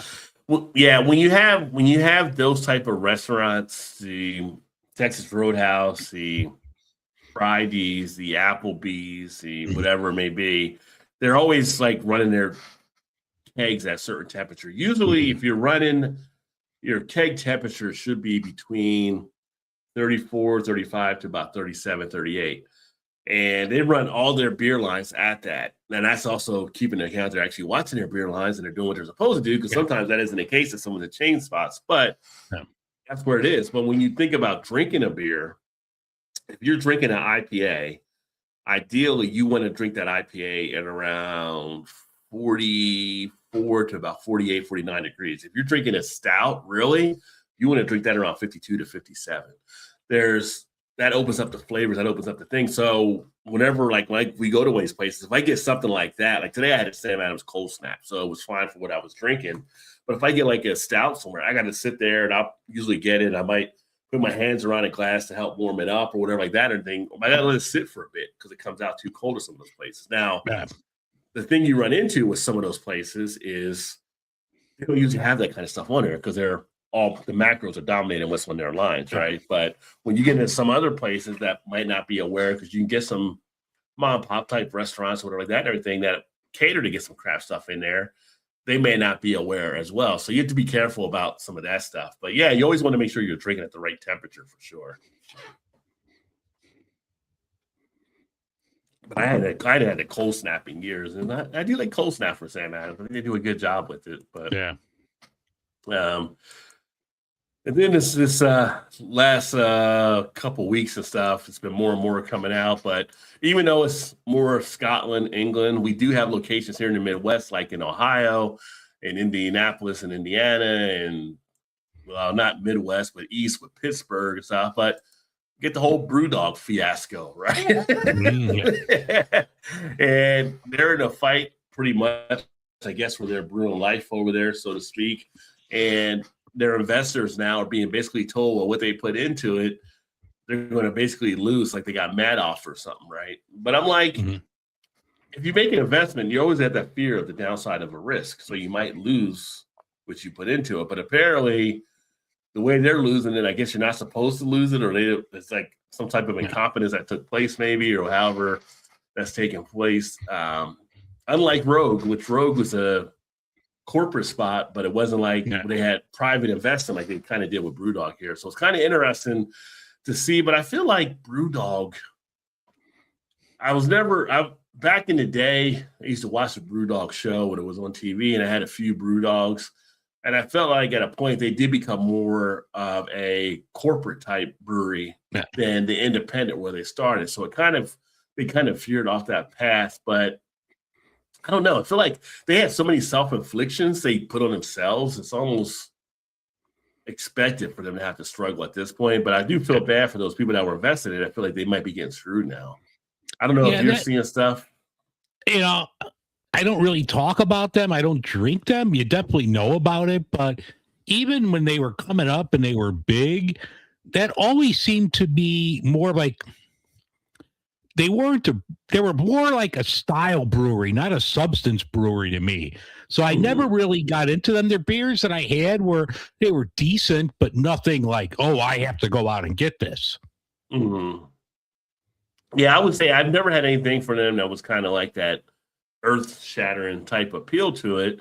I did like their Nitro Jet. I can't remember the full name of it, but they had a stout that was pretty good. But they were stacked up against some of the breweries we had here. It was like, yeah, they got some stuff happening, but it's not crazy. I did want to go to the Columbus Hotel at some point because I think that'd be a pretty cool experience that they set up there where you can stay at the brewery and, you got the beer in the shower, you got the beer keg in the room type thing. It seemed like a fun type thing to actually do. I've had a few friends that have done that really enjoyed it, but they were always kind of going out there as a niche type thing or trend type thing. They were always just kind of, I don't know, they were just kind of like, you never really had like a full 100% focus, it seems, with them. So I'm not surprised on some of the stuff they've kind of run into here. But at the same point, it's kind of crazy like how this is falling back onto these private investors that were put into the situations, what they're saying or whatever. But I'm like, then again, but you're investing in it, and that's part of the investing. You might go in and you might lose your money because it's an investment, right? It's not a sure thing. But there's a lot of people pissed off right now overseas. So yeah, it'll be interesting to keep an eye on. And then now they're having one of the owners try to come back and maybe take it back over to buy it out, but we'll see. James Watt was trying to do something there, but the other one that was the other part of that was the brewer left already. Yeah. So the guy that had all the recipes isn't even there anymore. So Kings and convicts, you can pick them up. You can buy them. Get them for cheap. Yeah. Yeah. So it'll be interesting. I know overseas they're talking more about it. You know, for the time, I think we had the story about it like months back when they got like pulled off of shelves over there. Like, so yeah, they're kind of up against it, but kind of interesting just to see a fall of such a brewery that kind of built its way up, and then now they're kind of dealing with where they're at. Anyway, let's get into this here. So this was something I saw earlier. I don't know if you saw this or had a chance to look at it. It won't let me read the article because of my ad blocker, so I couldn't read it at all. Okay. Well, this was out on Brewbound talking about, and this whole past. Go ahead. What you gonna say? No, I didn't see the Brewbound one. I didn't see that one, so I'll pull that one up while you're talking about it. Yeah. So this past week is so funny because I came across this, but this past week I actually featured RTDs on the channel. But it talks about spirits RTDs are gaining in stores as beer sales are sliding. So we're seeing more of that space getting squeezed by RTDs. It may mention that beer, hard cider, hard seltzer sales have dropped 3% last year. Where on the other hand, THC beverages surged triple digits up. And then they're also seeing a rise there with the RTDs and stuff. So just kind of some perspective out there, just like this is one of the reasons why I shared the channel, because you're seeing more of these creep into the beer space and taking up some of that space where, you know, we saw beers, and some people are getting into that field. You know, that's why we're seeing some stuff down. Now, THC will be interesting because something has to be done before September, October, under what they're kind of facing. And so that's kind of wait and see there, but you are seeing RTDs kind of move forward through a little bit more that are actually now threatening some stuff there.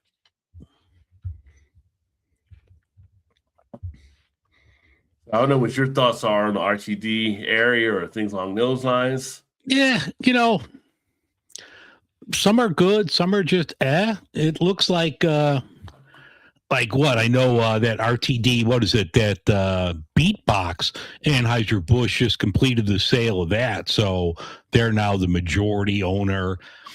Some of the RTDs are decent, and some of them are just like, you know, I don't know. Like I had one of a spritz that was like an ready-made spritz, and it was mediocre. Like you could do it at home a lot better, but I also see the value in it where not everybody has all of the ingredients at home to make this, and you don't necessarily want to have all this stuff on hand. So you could just go get an RTD, whether it's like one of those on the rocks beverages, or, you know, they have the pre-made Jack and Cokes that are out there. So I see the benefits, but I think you could do it better yourself at home. Yeah, I think if you're making the drink yourself, like you said, some people don't want to kind of do that. And I myself, like this week, when I posted those videos, some of those RTDs really surprised me and how actually good they were. Now, I did a lineup through On the Rocks and different ones I have from their lineup, but some of them definitely hit. Made me think, well, maybe when I go out somewhere, maybe I'll get that cocktail instead of maybe having a beer or something like that, or kind of break up the routine a little bit, which occasionally I've been lately on an old fashioned run. So I've been drinking old fashioned. I love me an old fashioned. Yeah. So I've been like doing that with different whiskeys and stuff like that and everything. But yeah, it was just interesting. But yeah, again, we're seeing where that's creeping into the beer area and taking away shelf space. So that's another thing that beer is up against right now. You got those beat boxes. And what's that other one? Have you ever had those? What is it? Bruise balls or whatever? It's like a buzz balls or whatever. Yeah. I haven't had any of those, but there was apparently some story this week about some guy fed a buzzball to a bird or whatever. And I think I don't know if something, and the bird attacked the guy. I think or like Yeah. I didn't get a chance to watch the story because I was working, but it was like playing in the background off of CNN, and they're like, this is why you don't want to feed a buzzball to a bird. It was like one of those like big birds, and apparently, I guess it was buzzed and started to attack the guy. Yeah, give the bird some good liquor. Yeah. Shout out to you, Gabriel. Because those buzzballs, those are like a wine. Hey, what's going on? But yeah, it looks. I think those buzzballs are all like a wine-based cocktail too. So I don't know. That's just like diabetes in a ball. It's like, no, thank you. Yeah, I don't think that was a good move on the person's part for sure. But it is what it is, so to speak. Now, one of the things that we see with some of the buyouts that are taking place or stuff closing, sometimes they aren't closed out. Sometimes they get absorbed by other companies that can help them out, right? So we just had this with Left Hand. Great shout out to them. I can get Gary back on the show here at some point. But Bootstrap Brewing is joining Left Hand now as part of their collective at Longmont. So not having to go under, but having now you're partnered up with a great brewery of a great size to now be partnered with you is definitely a help, right? And that can actually help you keep going and things. And it's kind of like what we saw with the Sam Adams and Dogfish Head. Although Dogfish Head wasn't in trouble, but it's like one of these things. If you can make conglomerates out of smaller breweries coming under your fold, it's great. Well, Bootstrap, now they're part of this. They didn't get bought out. Bootstrap has some equity in this Left Hand collective. So this is a little different than like a buyout. Because I know Bootstrap, they put out some killer stuff too. I had them on the show last year or the year before. So I think this is kind of like another one that's a win-win, that you have these smaller places like in Colorado here that instead of going up against the man, you're joining forces to, help take them on.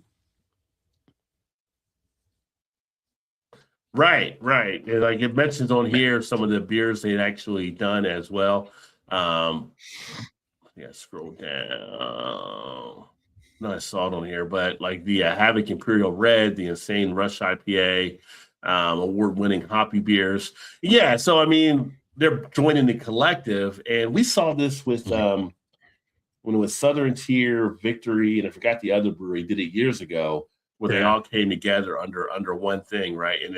And I say that because if things it gives you more strength. You're basically doing the Walmart type thing of brewing, right? Like if you're getting like strength from putting it all together to give you more buying power and be able to do some things rather than being your own out there as an individual. So kind of interesting just kind of see them falling into the fold as well and seeing how they'll actually go. They also had an investment there with Oscar Blues as well. So yeah, it's good. I think it's good. Left Hand also previously taken in Dry Dock Brewing as well last year. So they're building something up out there in Colorado, which is a good thing, I think, because again, it's strength and being able to all come together under that umbrella rather than maybe you out there trying to fight the battle yourself, where it might be a little bit harder. So congrats to them. Let me see here. Yes, sir. Definitely. It's great to see you. It's been a while, my friend. Do you do beer and alcohol rebates online? It's good. It's so funny. I actually did have a rebate one time. It's like I actually why do you mail in a rebate? But I had to mail one from Rheingeist or whatever. Occasionally it's good. I like when they give them like instant rebates, so it's a little bit more where it's not a hassle, but yeah. Well, there's been some now that like you get it in your PayPal account like a day later.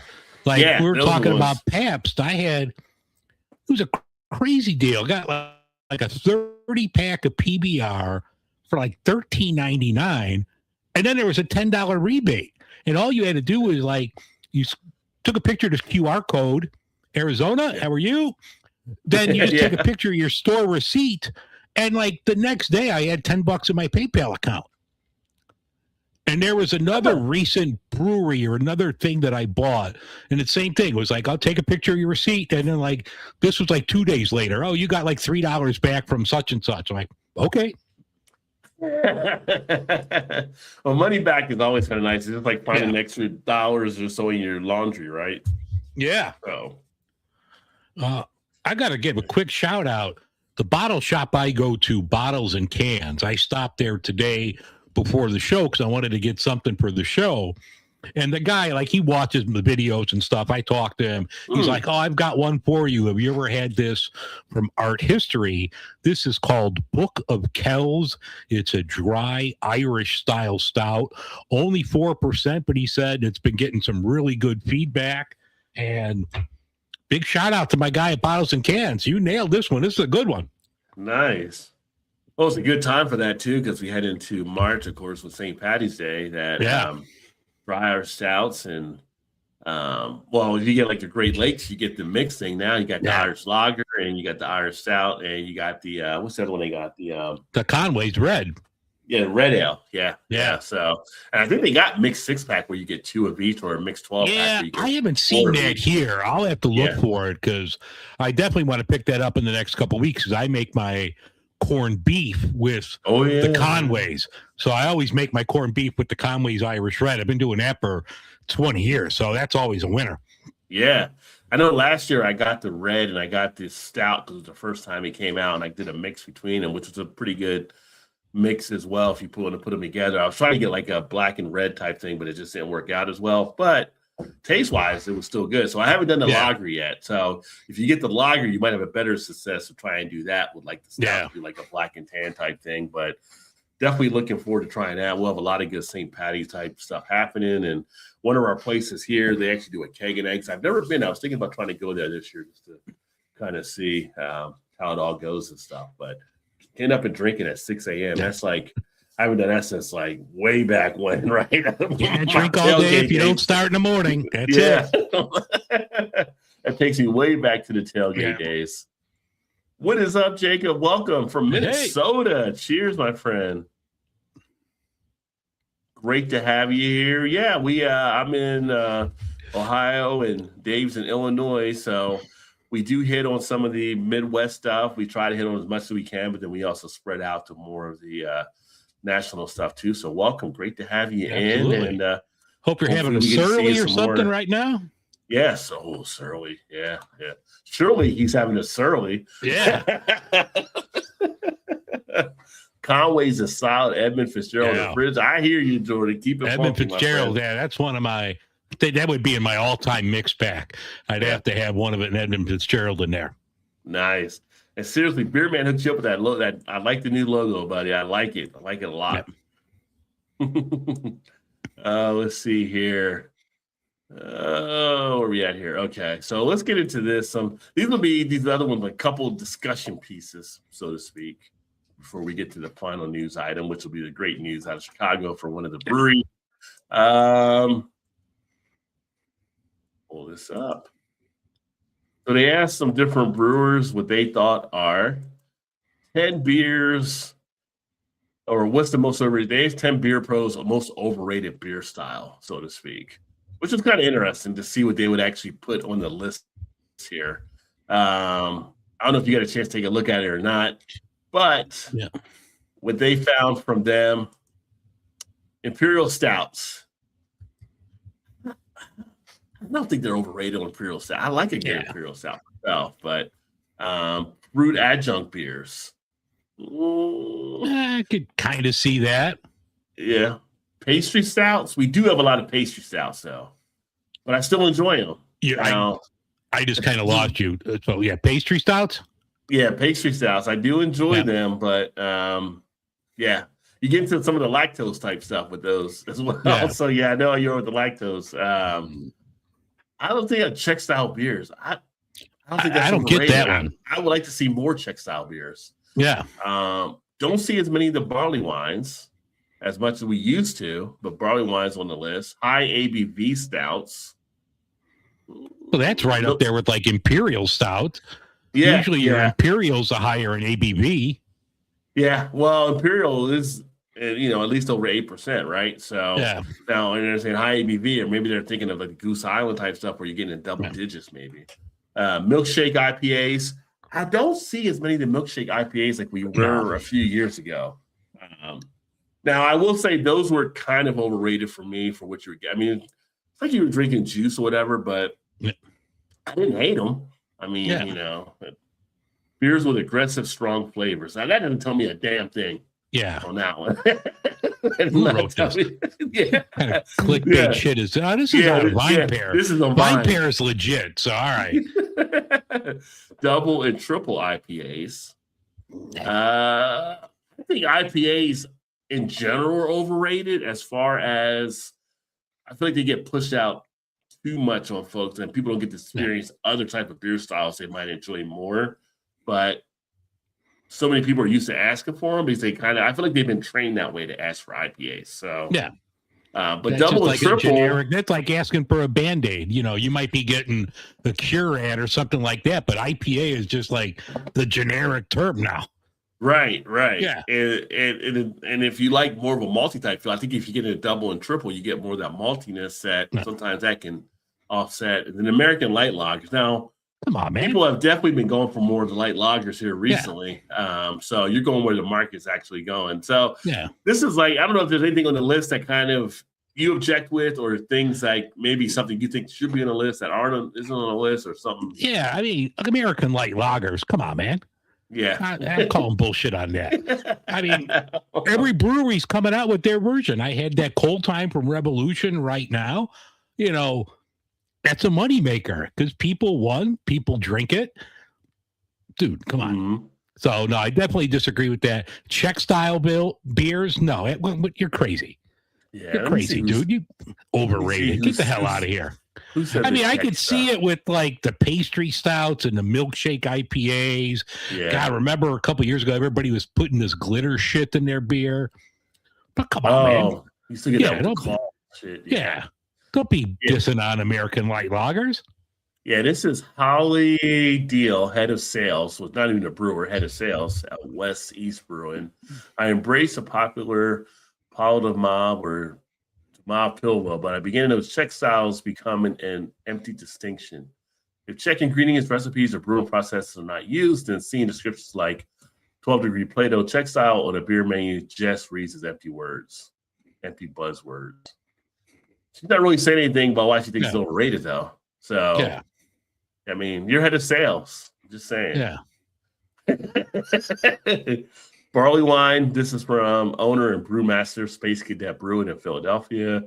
Every year, people pretend their palates are more refined as they choke down what often tastes like boozy cough syrup and insist they love it.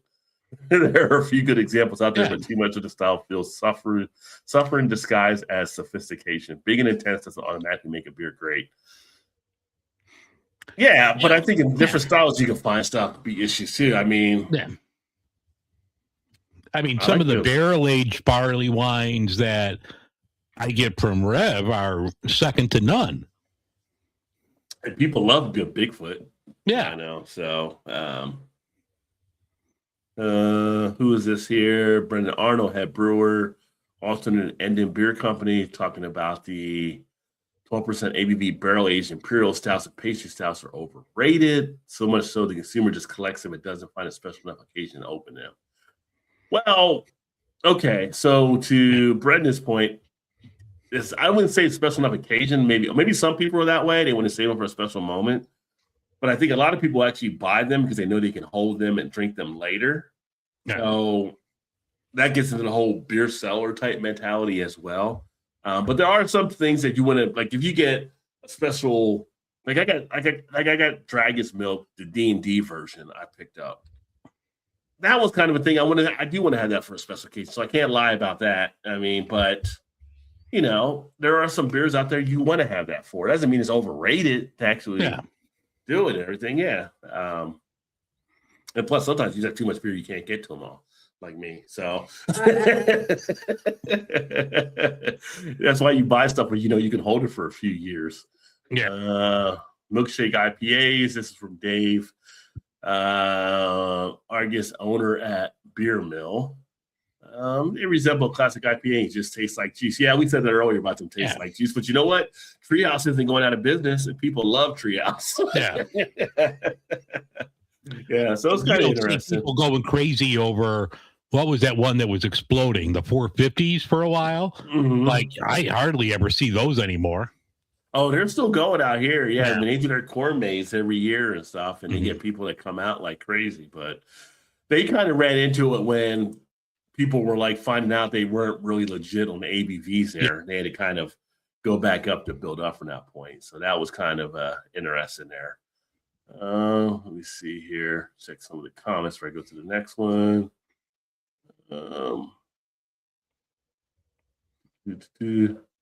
Back in my day when I used to fly off around the country, I drink early at the airports. Oh yeah, Peter.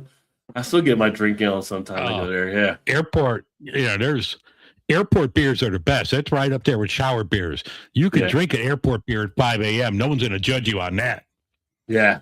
Yeah. We went to, last night we went to Cancun. We didn't take an early flight and I went to go get a beer. My wife was like, it was 6 a.m. I'm like, is the bar open? Yeah. If the bar's open, I'm going over. God, I remember once, me and my buddy, this was like 10 years ago, we were going to San Diego for a beer day. So we were just flying down to go to your Ballast Point, your AleSmiths. We were just hitting all the breweries in San Diego. And it was like a 6 o'clock in the morning flight, 6:30 in the morning flight. And we stopped at the club and we had a maker's mark at 5 a.m. I'm like, let's hit it, man. Let's get this ball rolling. You said you can't go all day if you don't start early. So, Edmund Fitzgerald, the Porter, that's when they got Jordan going there and keep it funky. Yeah, it's a good one to start out with for sure. Yeah. I don't know. Both the Czech style beers are awesome and super crushable. He used pastry salad, imperial salads. I get the milkshake, uber fruited sour. So you agree with that? Yeah. Yeah. So it's kind of like this preference type thing. Triple IPAs and quadruple ale. That's the big ABVs. American light lagers always catching strays. I must admit, it's still something I consume. Might just be nostalgic. Well, people like the American light. We don't want anything kind of heavy, right? And with some of the younger generation now, that's becoming a trend with them. If they're going to drink, they want like a light lager or something not heavy. And if people are, think about the people that are like kind of getting their bodies more in shape when they're older and stuff like that. Yeah, the light lager is going to have a spot out there. I feel like some of those are on the list because people don't want to make them. Like the people are just like got like something against them for some reason. Like, light lager. There's nothing wrong with light lager. Yeah. I mean, what I'm drinking right now is a 4.2 sessionable Easy Jack, right? It's just easy drinking sessionable IPA. Yeah. I mean, I'm drinking a 4% stout. I mean, there's a place for everything. Yeah, I mean, like if I'm on a golf course, I'm not going to be drinking an IPA for the 18 rounds and drinking one every few holes or whatever. I'm going to want like a light or crushable type lager to actually sit there and enjoy. It's bad enough trying to find a damn golf ball. I can't do it with an IPA. Like one I've talked about before, like that one from Kirkland. Their Kirkland lager that's made by Deschutes, phenomenal. 4.5%. You could get this, obviously Costco only, but you could buy a 12-pack of this for like $13.99. Outstanding beer. Like I would drink this every day. Well, it's like here, Brian Geist has the Cincy Light, and you can get a 12-pack of that for like $12.99 or whatever at Kroger. So yeah, you throw them out there. You go to the picnic, the barbecue, go play golf, wherever you're going to go with it, and it's like a crushable light lager for you out there.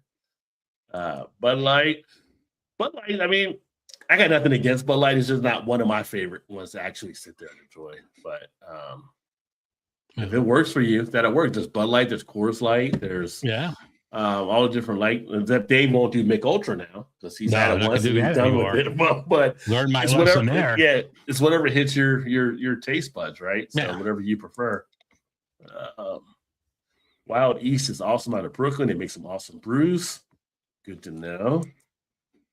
What is up, Shanna? Can I ask? You can always ask. Always ask a question. Yeah. We're always open for the Q&A. Blue Moon. Yeah. Well, Blue Moon's a whip beer. You can kind of drink that there too. Does Blue Moon have a light? They might have a light now too. Yeah, I think they do. And then they had that Imperial Blue Moon. You did that. I didn't do that. You did that. Yeah, that was just like too boozy. I'm like, no, this is not good. I feel like that's like when I see it I've seen it now in Kroger in a section where it's kind of like I just need a couple of beers so I can get tore up for a few bit. So that's like it's in that section where the tear up beers are. Yeah, that's just like the Voodoo Ranger Blue Moon. It's like, come on. Not everything needs to be imperial. I think Noah stuck with you with the Michelob Ultra. Like, tell me you don't think Miller High Life is better. Like, Miller High Life is better than Michelob Ultra. He thinks you had a bad Michelob Ultra, so I like High Life better than I don't know if there's a good one. They should put good one on the can. No, I drink the High Life over Michelob Ultra every day. Yeah. Yeah, I can't fault you on that. I would do the High Life as well. But again, it's all preference. I'm waiting to hear this question now. Yeah. Shannon, what's the question there? And why? Yeah. Let's see, we'll get the question. But the other piece we were looking at here. So this will be interesting thing. Just kind of a walk down nostalgic lane, so to speak. Yeah. 17 things that changed in the beer in the past 2 decades, which 26 going back to 05, 06. Anything that rings a bell to you here? One of the first things in this first sentence, they talked about lemon drop hops. I love lemon drop hops. That's you talking about under the caramel malt or at the beginning up here? Right underneath that first paragraph. Here. Yeah. Lemon drop hops are good. Like, I wish more beers would use those. Those are really good. Yeah. Great phenomenon over the past 20. Most were fleeting criteria, market industry, glitter beer. Thanks to freaking DeClaw with that. Lemon drop hops, Vortex bottles. With some developments they're kind of going through. So we had here for number 17, decline of caramel malt. Yeah, and I do remember caramel malt was really popular back in the day, and now you're seeing a decline of it. But it used to add a little bit more of that body to it to sweeten up the beer. It's a great malt. I don't know. I don't know what made the change. If it's just been. Well, I think a lot of it's your hazy IPA, where they're all, for the most part, very light in color. Where I don't think you don't get anything to balance out the overkill of hops. So I think hazy IPA is probably the big reason for decline in caramels. Yeah, well, because you're definitely bringing in more sweetness with it, right? So that was the trend. Then they had large brewery consolidation, which we've seen that be the case out there as well. Talking about like Anheuser-Busch gobbled up by Miller and Coors merged. Different ones that were taking place out there. Sierra Nevada is second if you exclude Boston Beer's non-beer production. Yuengling. I mean, you had Anheuser, AB, and Bev definitely buying some of the different ones. You have Miller and Coors. You have Tilray buying a lot of stuff out there now too. But with the large breweries, I mean, really, Miller and Coors is really the one that really emerged. Anheuser-Busch. I feel like Anheuser-Busch had been merged. Yeah, but they've kind of been doing stuff like, I mean, I don't know. I feel like they were merged a while back, but maybe it wasn't the last 20 years. But, I mean, that's no different than any other big business. I mean, how many banks have merged over the days? I couldn't tell you. I've probably been on my 5th bank, and it's only been one bank, but they keep getting bought out and they change their names. Or, cell phone companies where you used to have like Cellular One, Singular, all these other ones, and now they just keep getting bought out. So I don't know if the large brewery consolidation is any different than business in general. Yeah, I remember back in the 90s when they talked about like a lot of these banks are going to be doing that, which is kind of crazy when you started seeing it come to fruition, where the big ones were eating the little ones there. But I mean, you had the major ones there, and they become, like it says on here, multinational conglomerates. And so now you have like the largest being Yuengling, and then you have Sierra Nevada, you have Boston Beer. But I mean, that's like the business cycle, though. Yeah, you said there. Hop products, some of the innovations taking place with that, with the oil extracts, concentrations, isolates. I've talked to here before about the terpenes that you can actually add in versus actually having maybe the hops and stuff. That's kind of been something different. Places like smartphones, that was kind of interesting to see that there.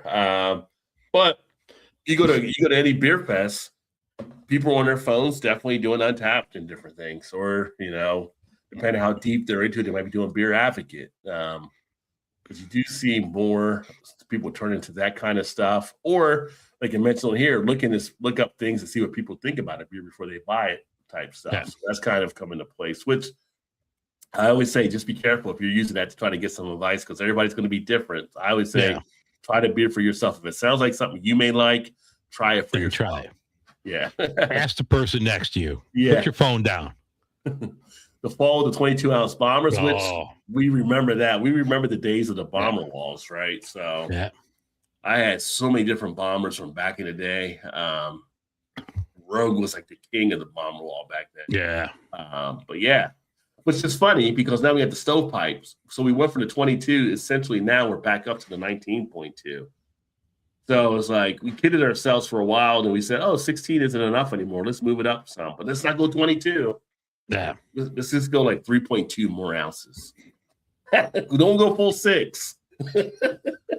I mean, I used to love bombers. I mean, you get almost 2, 12 ounce, because, a lot of craft back then wasn't in the 16-ounce cans yet. So when bombers were big, the main thing was a 12-ounce bottle. So here you're getting almost 2, you're spending a couple bucks more, but if you get something special, like remember like the Stone and Joy Buy, they first came out in the 22-ounce bomber. Those were like a special treat. Yeah. All right, Noah, great to have you in as well. Enjoy your night, my friend. Great having you here as well. Have a good one. Talk to you soon. All right, man. But the funny thing about the 22-ounce bomber is they phase them back down, but we still get like the 25.6 on sizes on stuff. Yeah. So it's kind of like we still get those ones in. We get like the Magnum or whatever, but it's kind of like the 22 was just the one that was kind of shifted out from everything. But the 19.2 makes such an easy placement for like when you're putting stuff in the fridge or in the cooler or whatever like that. The 19.2 seems to be the sweet spot. And obviously there's an adjustment with the height, but I think the width of the cans are the same. So it's not like you need a lot of extra equipment and your canning lines for that outside of the height. Right. The width and everything's fine. It's just the height. Yeah. So you can stack them in a lot easier or stack them on top versus the bottles. You couldn't do that. So the advent of Mexican beer, which we do see a lot more Mexican in the market versus to when it was 20 years ago, where it wasn't as huge a segment. I mean, your Corona, your Pacifico, but now you're seeing a lot more different things taking place, depending where you're at too. Like Modelo becoming one of the top beers in the country, right? Yeah. So, social media and the death of print, which is interesting. How you have a lot of stuff. I mean, we do social media with the YouTube and Instagram and TikTok and all that kind of stuff. But it really did the death of print, where people were picking up the brewing magazines that are turning to social media now. Yeah. Instead of getting that. Although I still do get some brewing magazines that still come in, but you're kind of just used to pulling it up on your PC or your tablet or your phone and kind of just looking at stuff through there, which is interesting. The rated sites, which 20 years ago, where we're at now, again, Untapped, Beer Advocate, which was, talking about purchases, Beer Advocate was bought by Untapped. You used to have Rate Beers, that was bought by AB and Bev, right? So you have the different sites out there. You have some other ones that are kind of smaller, more independent maybe, but that's kind of something that's changed. Glassware has been a big change over the last 20 years, as far as the different style glassware we see now for certain type of beers and how to serve it and things like that. Getting away from everything having to go in a shaker pint, so to speak. So with shaker pint, I feel like it was a mistake in the first place, but it was just easy to have as a serving tool. You could easily stack them. You can put your logo on it. You can stack them and all that kind of stuff. So that's why a lot of places went that way. But really, you're looking at the other side of what you would use with the tin to make a margarita or something, right? Yeah. So it was a shaker glass, We had the advent now with all the buyouts that take place. Makes mention here AB and Bev with Goose Island and Golden Road and Ballast Point that we talked about earlier and stuff. So Yeah, I agree. The comment here was Golden Road was created just to be sold. you think so? Oh, absolutely. I think so. I Okay. think that was just made to be sold, and it worked. God Yeah. bless them. They got their bag, but I mean, the few beers I had from them, I never thought they were that good. But I remember, I forget the woman's name who was like a partner, had a reality show on and stuff. And I just the beers I had were just mediocre at best. And it always struck me as another style beer over substance beer. Okay. I know they had one for them before, their mango something. I thought that was enjoyable. Mango cart or whatever. Yeah, mango cart. I'm not usually a fruit wheat type person, but I thought that one was decent enough. But yeah, I mean, if that was their game plan, it's kind of like Platform out of Ohio. Their main goal was to basically get bought out at some point, and they did. AB and Bev ended up buying them out, and then they were happy they were going, and then the beer was going because AB and Bev just kind of phased them out, and then they didn't have them anymore. But they had some great beers before they did that, so it was kind of sad. I'm never going to knock anyone for getting that bag. So hey, God bless you. You did better than me trying to get people to give me a $5 donation on Linked or Patreon. So I'm not bad mouthing you for getting paid. No, not at all. It's like craft ubiquity. Minimizing the impact craft beer had on the large brewing industry. I mean, the culture shift that kind of took place there with craft in itself. I mean, 20 years ago, back in the mid-90s to the beginning of 2000, it was more micro, right? It was micro brewing versus you didn't really have craft out there. Then it became craft beer. And then it became who defines what craft beer is. And then it was the Brew Association. And then they started changing some stuff there. They're kind of and then a lot of people were really your average drinker really didn't know. They just wanted to have a good beer. So tap rooms, where before it used to be in brew pubs or a bar or at home, but now the models have set up where you can actually go to tap rooms for breweries and stuff. So that's been kind of a big change there too. The bottles to the cans. Really back in the day, it was a lot of stuff was more bottled. Oh, it was all bottles. I mean, outside Oscar Blues and maybe a few others, cans was what is this? Yeah, I think Dale's was the first canned one, right? When Oscar Blues, and they did Dale's, it was one of the first ones to really change things up. Yeah. But the cans were considered cheap and disposable, not much classier than plastic, but now cans are cans, you don't have to worry about the sunlight getting in. They get colder quicker than what bottles do, so it kind of works out. But you don't have to worry about a skunky Heineken if you're drinking it out of the can. Yeah. And then it talks about the diversity where it was back then to where it was now. Was it Terry Ferendorf who just got inducted today into Hall of Fame from she started the Pink Booth Society, which I never really got that part of the whole beer thing anyway, with the whole women not being in brewing, since women pretty much were your first brewmasters from all historical aspects. How did that end up happening, right? Well, we know how it ended up happening, but still, it's kind of that they had to fight their way to get back in was kind of crazy. But just some of the diversification, Michael Jackson Foundation that helped a lot of the Black Brewers get in with him, doing the National Black Brewers Association, helping to do his foundation and stuff, and just the different look of what it is now versus what it was 20 years ago. They makes mention of COVID with the shakeup of that. And how that kind of affected the impact. I don't know. I don't know. You didn't have people going out really for 2 or 3 years maybe, but people were buying stuff and having it at home. But it changed the attitude, I think, afterwards. Maybe people got comfortable maybe being at home, I guess. And got to remember, I'm sure it was the same by you, in 2020, early part of 2021, when you'd go to, you couldn't sit at the bar, but you could go in there and you would order online and go pick up, and They just bring it knock to on your the car. door and tell them, yeah. And they would Yeah. bring out, like I remember, which is now Hop Butcher, it used to be Half Baker in that location.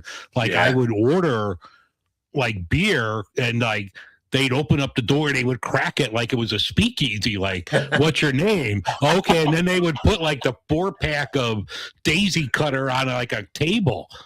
Yeah. It's like, what's the password? Yeah. Can I get a growler, please? Yeah. But yeah, it does make me. I mean, it reshaped cities and gutted downtown, and so yeah, Yeah. people weren't going out there anymore, and that caused a big shakeup as well. Citra and hop breeding, they Yeah. talked about that basically starting to take over, especially with the IPAs and everything, right? Mhm. All of that came into play. A lot more for what was being used, and then IPAs, which look. It's the chicken and the egg. Do people want IPAs or just people just kind of used to asking for IPAs? It's kind of like brewers, I think, sometimes are afraid to get outside the IPA area because people won't know what it is and they may not buy it. But if you're constantly giving people that same beer, they're going to be always asking for that same type of beer. So it's kind of like, do people want IPAs or people just want IPAs because that's just what they know to ask for as IPAs? Which is why I enjoy going to other breweries where they have other stuff outside of IPAs because it helps to expand into other areas. And that's why you see some breweries that are doing like more of a European type model where you may not have like the American IPA. You might have like an English IPA or something, but it's going to be different than what you're accustomed to from the American side. But yeah, and they should know like the brewed IPA, not all IPAs are perfect, just saying. Cold IPAs, I still say are the old IPLs, but you know, it is what it is. But yeah, kind of an interesting piece, just kind of on the changes that have taken place there. And then the last piece, you know, we talked about earlier there in Chicago, which is pretty cool. Although I still have to try some of their stuff, but they've getting noted from so many people that really. Well, I sent you that collab with Revolution, or was that Moores that did it with Revolution? It was Moores that did that one. That was Moores, yeah. All right, well, I'll send you some Funky Town. But yeah, Funky Town out of Chicago, and congrats to them. But they just, I didn't even know, like from the city got a grant. Yeah. To help them do stuff, but $3.7 million for the city of Chicago. The money will be used to create a new brewery and tap room on the near west side.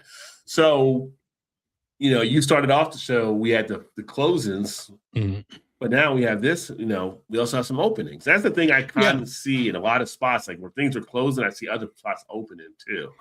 Yeah. Like, you know, because they used to brew their stuff, or they still do for now, over at this place called Pilot Project, which is like an incubator for different breweries. So like 5 breweries or whatever, they make their beers at Pilot Project, and then they distribute, or you could go to Pilot Project and have them. So this is really cool that they're going to be able to open up their own location. Super cool. I like their beers. I think they're really good. So I'll definitely have to get some out to you. I'll put together a pack this week and I'll get some stuff out to you. But yeah, I think you're going to like their beers. They're really good. Yeah, we need to get them on, or I know you need to, if you haven't had them on, definitely you need to get them on there with you being in Chicago, but definitely need to reach out and get them on. No, I haven't. I've spoken to them, and then, sorry, like you kept getting cut out of mine, but I've spoken to them a couple times, and it was like right before they had they won that contest with Sam Adams and Brewing the American Dream, and then like they blew up. So I'm a little guy, so they were talking on TV news shows. You ain't talking to no little guys, so I'm gonna try to reach out to them again and see if we can get them on. Don't undercut yourself, Dave. You were the man in Chicago on beer. I'm sure you can get them on. I'm not CBS News. Yeah. Yeah, I forgot they actually did win the Sam Adams. I think. Yeah. Liquid Intrusion, who I know, I think they were second to them. So they had that going that way. Now they're getting stuff from Chicago. So congrats to them on bringing their flavor to the beer scene as well. But again, as people coming out there, I was like looking at some stuff online that's past couple weeks, and people are thinking, oh, gloom and doom type thing, yeah, you're going to have the business cycle take place, and some business may shut down. But at the same point, I'm seeing businesses open up and get an opportunity. So it's just all part of the business cycle. But yeah, but that was a catch up on the beer news over the last few weeks there. So good stuff happening. Anything upcoming? We talked earlier about upcoming on your thing, but anything else you wanted to get out there for the show here? No, I'm going to be doing, if you follow me over on the video channels like YouTube and Instagram, I'm teaming up with this company called Fresh Victor. They sent me over a lot. They make cocktail mixers like Margarita Mixer, which is like the #1 rated one in Food and Wine magazine. So I'm going to be doing some cocktails with different mixers. I actually have right in front of me, and this is really weird.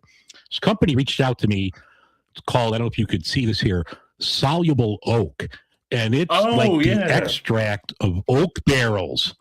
So I'm going to be doing, that's why I was looking for Guinness the other day, because I'm going to be doing like a side-by-side with Guinness and putting some oak in it and seeing how that tastes. So that'll be coming up in the next couple of weeks. It is so interesting you said that there, by the way, my friend, because this wasn't put together, but they reached out to me as well from Soluble Oak and sent this out. What you get there?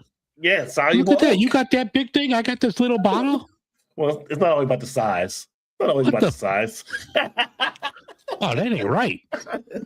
Look at this. Hold that shit up again. Oh, that's some bullshit. So I'm actually talking about getting their owner on here as well. But yeah, I was reaching out to him too. Like, dude, you're not getting a full interview, dude. You're getting like a half interview. You give me half a bottle, you get half an interview. You're not open until ready to use, shake before open. Now, this is actually enough to make like a 5-gallon, I think. But I'm wondering if you can add like a drop or two into an actual beer that's already complete, and if it would add an oak feel, or if it has to be brewed through. That's what this one is. So I did try it. I didn't do it on video, but I wanted to try it, and it was solid. So it definitely enhanced the flavor of a Guinness. But so you poured it into, you like did a drop into the Guinness. Yeah. So I opened this up. I did like 2 drops because I didn't want to overload it. Mm-hmm. And I thought it was good. So I might have to add like maybe a 3rd drop, but I thought it was good. So I'm going to do a video. Maybe not as good of a video since I didn't get as good of a package, but I'll do a video on this with Guinness Stout. Is yours the American Oak? Shit. Is yours the American Oak Dark? No, I got the French. Okay, I get the American Oak Dark on this one. Yeah, because this is, the owner said this was formulated the French to use for Guinness Draft. So he's like, if you could get the Guinness Draft, that's why he grabbed it. Okay. Yeah, it says full complexity in 48 hours. So if you were actually putting it in your bright tank, you could do it that way. But you can actually, but you've already done it where you can put a drop or 2 in a Guinness and it does add an oakiness to it. I like that. Okay. Yeah. Yeah, I've reached out to him about trying to get set up because he does want to come on to do a thing, but we haven't connected him to the date yet to kind of get set up. But yeah, because I emailed him. I'm like, and I was asking him something. I'm like, do I have to refrigerate this? Anything like that? And I didn't hear back. So I don't know. Maybe ready to talk to you. On the package, it says to store at 60 to 75 degrees. Okay. Expel air after use. And like on mine, it says used by 7/19/27. So a good amount of time out there. Approximate dose for mouthfeel is 0.1 to 0.5%. I wouldn't know how to rate that out there. Test doses with 2 ounce of your product. Shake before opening. Do not open until ready for use. So yeah. And he also got the video on the back on mine. I don't know if it has on your bottle. Has a QR code that you can actually. My bottle's too small, Rod. I don't have room for a fucking QR code on mine. Maybe you didn't see the size of the bottle, Rod. I can shoot you the video. Well, you can put a little QR code on there. Yeah. No, I've seen the video. Yeah, it's a dosing video. So yeah, I gotta take a look at it. I'm glad you mentioned that because I had that sitting here and I haven't done Yeah. anything with it yet. So shout out to Soluble Oak for sending this along. We'll go ahead and get that applied too. But yeah, see here. Let's see. And then outside of that, there's really not. What do you say? Did we get that question yet? She wanted to ask us a question. No, Shannon. Shannon never came back with the question. I think it Oh. was Shannon. Yeah. Yeah, just checking. No. So we'll see if she comes back with it. We'll see from there. But yeah, outside of that, I need to set up some more interviews with a few of the folks to get them on. But yeah, that's definitely one, Soluble Oak, and then a couple of the breweries and stuff too. And there's some more stuff here that we have happening. I got some more Firestone Walker beers to be able to share some stuff on that. Going to be having some stuff here from Ska that'll be coming out for some reviews as well. So Ska Brewing, thanks again for reaching out. Well, yeah. And then I want to get more of the malt and more of the hop guys on as well. So we'll get them on talking about some stuff too. So Yeah. I've got a hop. I'm sorry. I have a malt company coming on later this week. So talk about some craft malt. They're based out of California. So that'll be cool to talk to them. Yeah, definitely. So lots of good things on the way. Yeah. So make sure people stay tuned for that as we not all beer news is doom and gloom. No, it is not. It is not. No. Probably do some stuff from Bachfest next week if I get down there, try to get some video and share that. And I got the I mentioned earlier, the urban artifact stuff I did today. I'll be sharing that stuff. A lot of good stuff happening. But that being said, we're going to get wrapped up here for the evening. And thanks for everyone that tuned in. Another great time as always. You have yourself a good birthday next weekend. Oh, well, thanks. Yeah, I mean, your birthday, you enjoy? I say that, but it's still like other shit you still got to do before you head into it. Like my wife's asking, like, what do you want for your? I'm like, you get to a point you're like, I don't really need anything. Yeah. I don't really want anything. I just kind of, if anything, just chill and watch the game and peace and quiet or whatever, and just pretty easy at this point. Mm-hmm. Like, what do you keep getting stuff that it's like at a certain point? Like, if I can get anything, it'd probably be more time. Yeah, just more time doing stuff I really want to do because that's the thing I lose the most, it seems. So yeah, but I do appreciate it, and happy birthday to your mom, and hopefully your mom is going to have a great birthday as well. And if you're doing anything with her on that day, but hopefully she gets to enjoy it. And if you are, hopefully nice dinner, a nice Italian dinner or something, or whatever it may be. Is she in Chicago with you, or is she? She's in a suburb called Elmwood Park, so she's not that far, like maybe a 15, 20-minute drive. Okay, excellent. So so you'll be over there doing some stuff, I'm sure. Oh yeah, and treat mom well, and hopefully Ruby doing all right. Because I know last time we spoke, Ruby had a little stuff happening. Yeah, too, no, she fell and banged up her ankle, but no, she's good to go. Excellent. Everybody's all good there, and Moira Rose, all right. She all right too. But she had 30 teeth pulled 2 weeks ago. Moira Rose had 30 teeth. Dogs have 42 teeth. She had 40. They had to pull 30 teeth out of her mouth. I did not realize dogs had that much. Her breed, she's a rat terrier. That breed, like the vet's like, they're going to have to come out. And it's not cheap because it's not like you could just sit there with the dog with their mouth open. They got to put them out. So that's not cheap. So Moira got 30 teeth knocked out of her mouth. Is she able to actually? She's fine now. But you see, like that's like chewing food and all that kind of stuff. Like, yeah, I mean, fangs are still there. She got a couple in the back, but a couple days she was out because they drugged her up. Yeah. So like that day we brought her home, she was just like. But no, she's good. She's perfect. I wish they'd put the teeth back in because now she's more of a pain in the ass. Let me go in there and put some of those teeth back in. Yeah. Well, thank you, Big Daddy. Much appreciated, my friend. Yeah, it'll be good. It'll be 57. Oh, that's the other thing too. Will I have something next week or? I might, because I believe next week, or the weekend after the weekend, that following week before we do the next show, will be the 11-year anniversary of the channel. Oh, nice. So I may have an 11-year anniversary show at some point between All right. we have another Midwest Beer News, so stay tuned for that. But maybe have you or a few people on. And Yeah, I'm pop it home up every a little night bit now over for the a couple years. weeks, so yeah. I can pop on whenever. So stay tuned, folks, for that kind of stuff there too. And we're going to get wrapped up. Otherwise, we'll be here sitting here rambling, and we like the song "Rambling Man." So yeah, thanks for everybody that tuned in, and we look to catch up with you guys on the next one. All right, cheers everyone. Cheers. Thank you for tuning in. It's been a ride. Roger and Daisy, we here with pride. Midwest Beer Talk as we glide. Catch us again. Don't let this vibe slide. Like and subscribe. It's the key. Roger and Beverages. Join our spree. Beer in front. We got the flow. Catch us live. The good times grow.